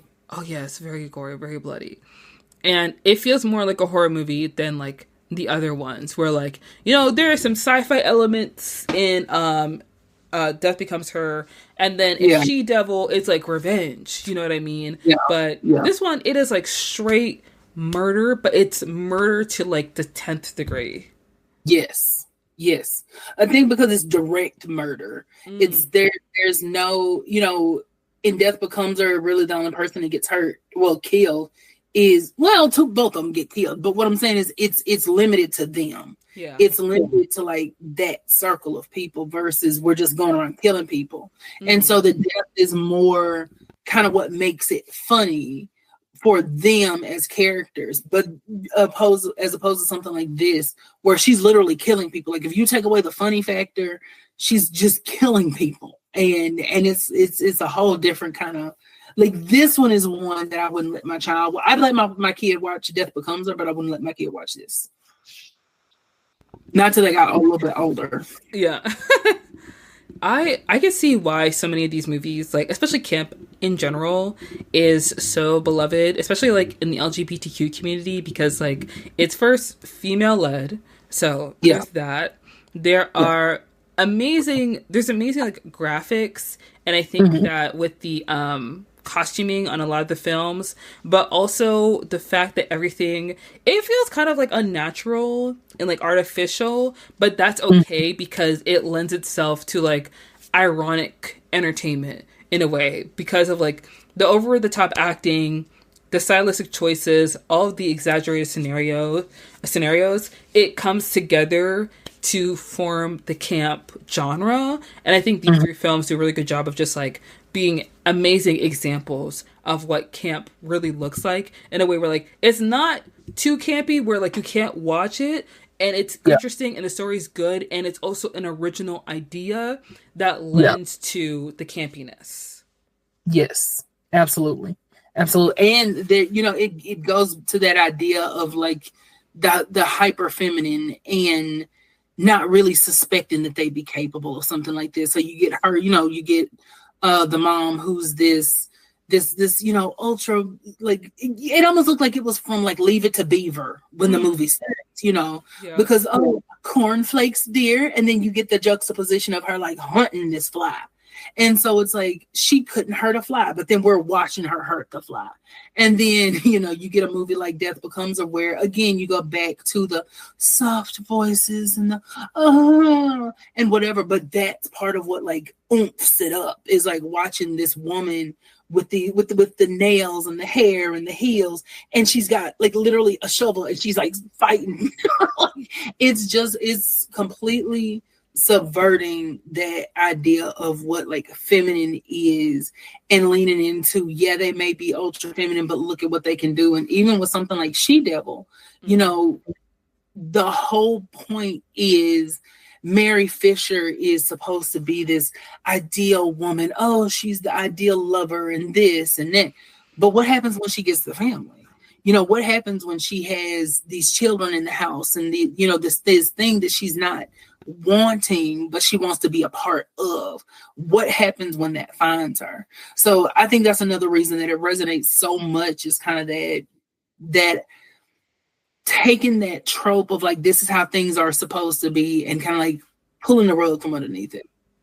Yeah, I agree with you on that. Pulling the rug from underneath it is great, because I think a lot of times people, when you are making a movie about a serious subject, like if you're making a movie about media sensationalizing true crime stories, or if you're making a movie about talking about vitality, beauty, Hollywood's obsession with youth, if you're making a film about like infidelity and adultery, people will tend to focus on a lot more serious, you know, kind of roles in a way. Like you could do Serial Mom, but people would probably make it more like Dexter, where it's dark and it's gritty. But because Serial Mom is a lot more like pastel, and like it feels like the Brady Bunch, it feels like, you know, something that comes out in the 90s, it feels like something that is very family friendly, but really it is a serial killer mother. Like it's a horror, it's a slasher in a way. You know, it disarms people. It kind of like tricks people, but also it pulls you in, because it shows that you can talk about things that are serious and examine real themes in life without having to make it so dark and so gritty and so broody and full of drama. Like you can give into like the humor, and you can be dark with your humor, but you can also use it as a way to like subvert certain norms when it comes to talking about these serious topics. And that is better satire than, you know, anything that you would try to do seriously. Like if you go into it like trying to be satire, instead of just trying to like over exaggerate the premise of every movie and just having fun and lending to it, then like that's a lot better. Because think about it, you know, a woman who is married and her husband starts, you know, dipping out on her, and cheating on her. Oh, let's have her blow up the house. Like, that's crazy. People don't do that every day. Like, they could just get divorced, but like, you know what?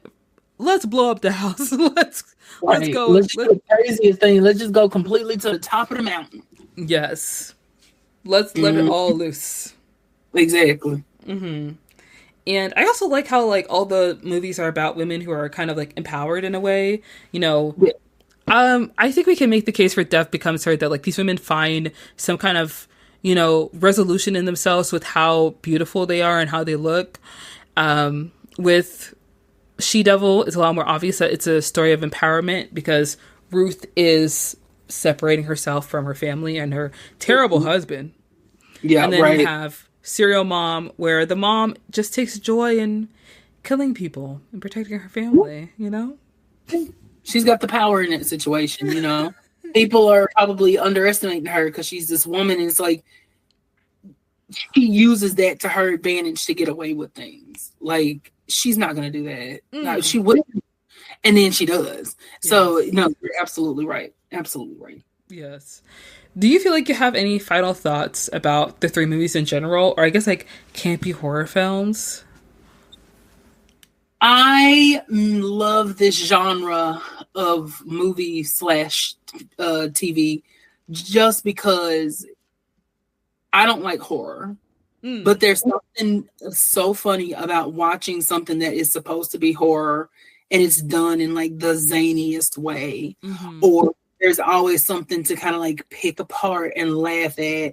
And I love movies that point out the ridiculousness of something while also letting you know that there is something deeper going on with the characters themselves. So I love a good storyline. I love a good concoction of foolishness. So I will absolutely be going back and watching these movies probably again pretty soon. That's awesome. And I'll be rewatching Serial Mom because I feel like it was my favorite, but also I loved She-Devil. And I have to go back and just finish it because I feel like, Homeboy pissed me off so badly, but that's how it ends. It's worth it, I promise. So guys, that's gonna wrap up our episode for today. We're gonna finish off with our last segment, which is the watch list. We talk about movies and TV shows that we're excited to see that are coming out soon. It could be new, it could be old, it could be whatever. One show that I'm currently watching is Industry. It is on Max. It is a lot like Succession in a way, where you don't always understand what the people are talking about because it basically takes place at this bank called Pierpoint in London. You follow these new grads. They're day traders, so they work in finance, work with the stock market. And you follow Gus, Yasmin, Harper, and Robert. And they're 4 kids who are trying to make it big at Pierpoint, this bank. And the show, it talks about finance, it talks about business, but it's a lot of drama. It's a lot of drama, drugs, sex, like, it's crazy. It also gets crazier and crazier every single season, and I love it so much. I'm currently on season 3 because I'm rewatching it right now. And I'm going to watch Sinners tonight with a friend of mine, and I'm really excited to see it. And oh, sorry, go ahead. No, I'm just gonna say I can't wait to see what you think about it because I want to watch it too. Oh my god, I know it's gonna be good. So many people have been talking about it. So many people love it. I can't wait. And then I'm also watching The Good Wife on Amazon. So I almost done with that one. So yeah, that's on my watch list. Galen, what's on your watch list? I want to finish watching for Motherland Fort Salem because I finished the first 2 seasons. I need to watch the last one. Okay. Love with it. I want to start American Gods. That's the next thing. Go ahead and get going just because I love the concept of it, you know, the old versus the new and like how do those two things mesh. And then I also want to rewatch Buffy, but not 100% sure I'm going to, if I'm being honest, because Buffy is kind of heavy, and I just don't know in the headspace for it. Wow, that's amazing. And what got you into Motherhood Fort Salem? Because I've seen trailers for it, I think on Freeform, and I've always been curious about it. Well, I had a couple of friends. I love supernaturally themed shows. I had a couple of friends who had been suggesting it to me for years, and I didn't watch it just because the ADHD brain. But I finally went ahead one day and put it on, and I instantly fell in love with it. I mean, it has such a good. I do feel like at some points it's kind of like teeny bopper almost, but it is on was on Freeform. So like I get it, but at the same time, the story that they've crafted, even though it moves kind of quick, is to me very, very, very good. It also makes me think about the fact that I do want to go back and rewatch Wicked City, which is a show from the All Black network. And it's a show about witches in Atlanta, a group of young Black witches, and we are following their journey and adventure. So definitely want to rewatch that. They have 3 seasons out, so definitely want to go back and give that to reabsorb. I think the story. Okay, I have to make a note of Wicked City because that actually sounds really cool. It is very good. Oh my gosh, I can't believe I haven't heard of that. They finished up season 3 last year. It's so good. It's so good. Okay, I can't wait to give that a look and see. Watch that. You know what? Oh my gosh, oh wait. Okay, yeah. I was just gonna say that it looks very interesting. It looks like a lot of fun, and I also love seeing like Black-led supernatural shows. Like I'm gonna start watching Interview with the Vampire as well. So I'm gonna put that on my watch list. Wicked City with Interview with the Vampire. Yes. Awesome. Galen, where can people find you if they want to look you up on the internet somewhere? You can find me everywhere at They Call Me Mr. G. I mean, literally, that's my handle everywhere. So you look for that, you can find it. You can find me on Patreon at Power of G. You can also find me on Instagram at Power of G Entertainment. Awesome. Guys, I want to say thank you so much for listening to this week's episode of I've Been Meaning to Watch That. Thank you, Galen, for coming on and being a guest. You're so welcome. Yes, it was so much fun to have you on. Guys, don't forget to check out Galen. All his links will be down in the description down below. So will ours. Follow us on all our socials. Subscribe to the Patreon. Subscribe to the YouTube. Follow us on social media. Instagram, Twitter, TikTok, Blue Sky. And we will see you guys next week with a new topic and a new guest like we do every single week. Bye. Bye.